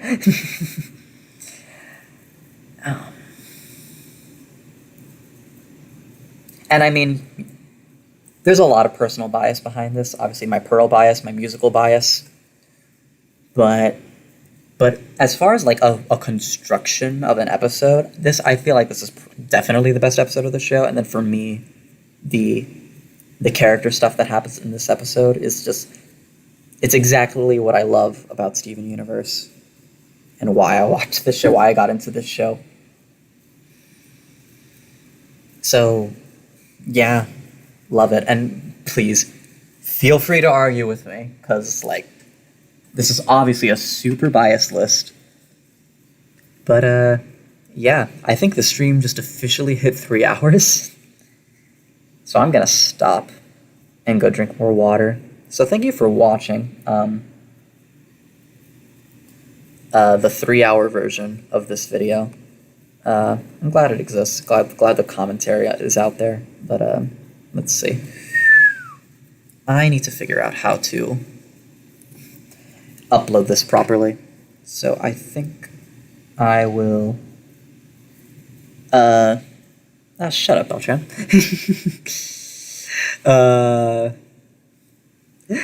Let's see. I need to figure out how to stop it.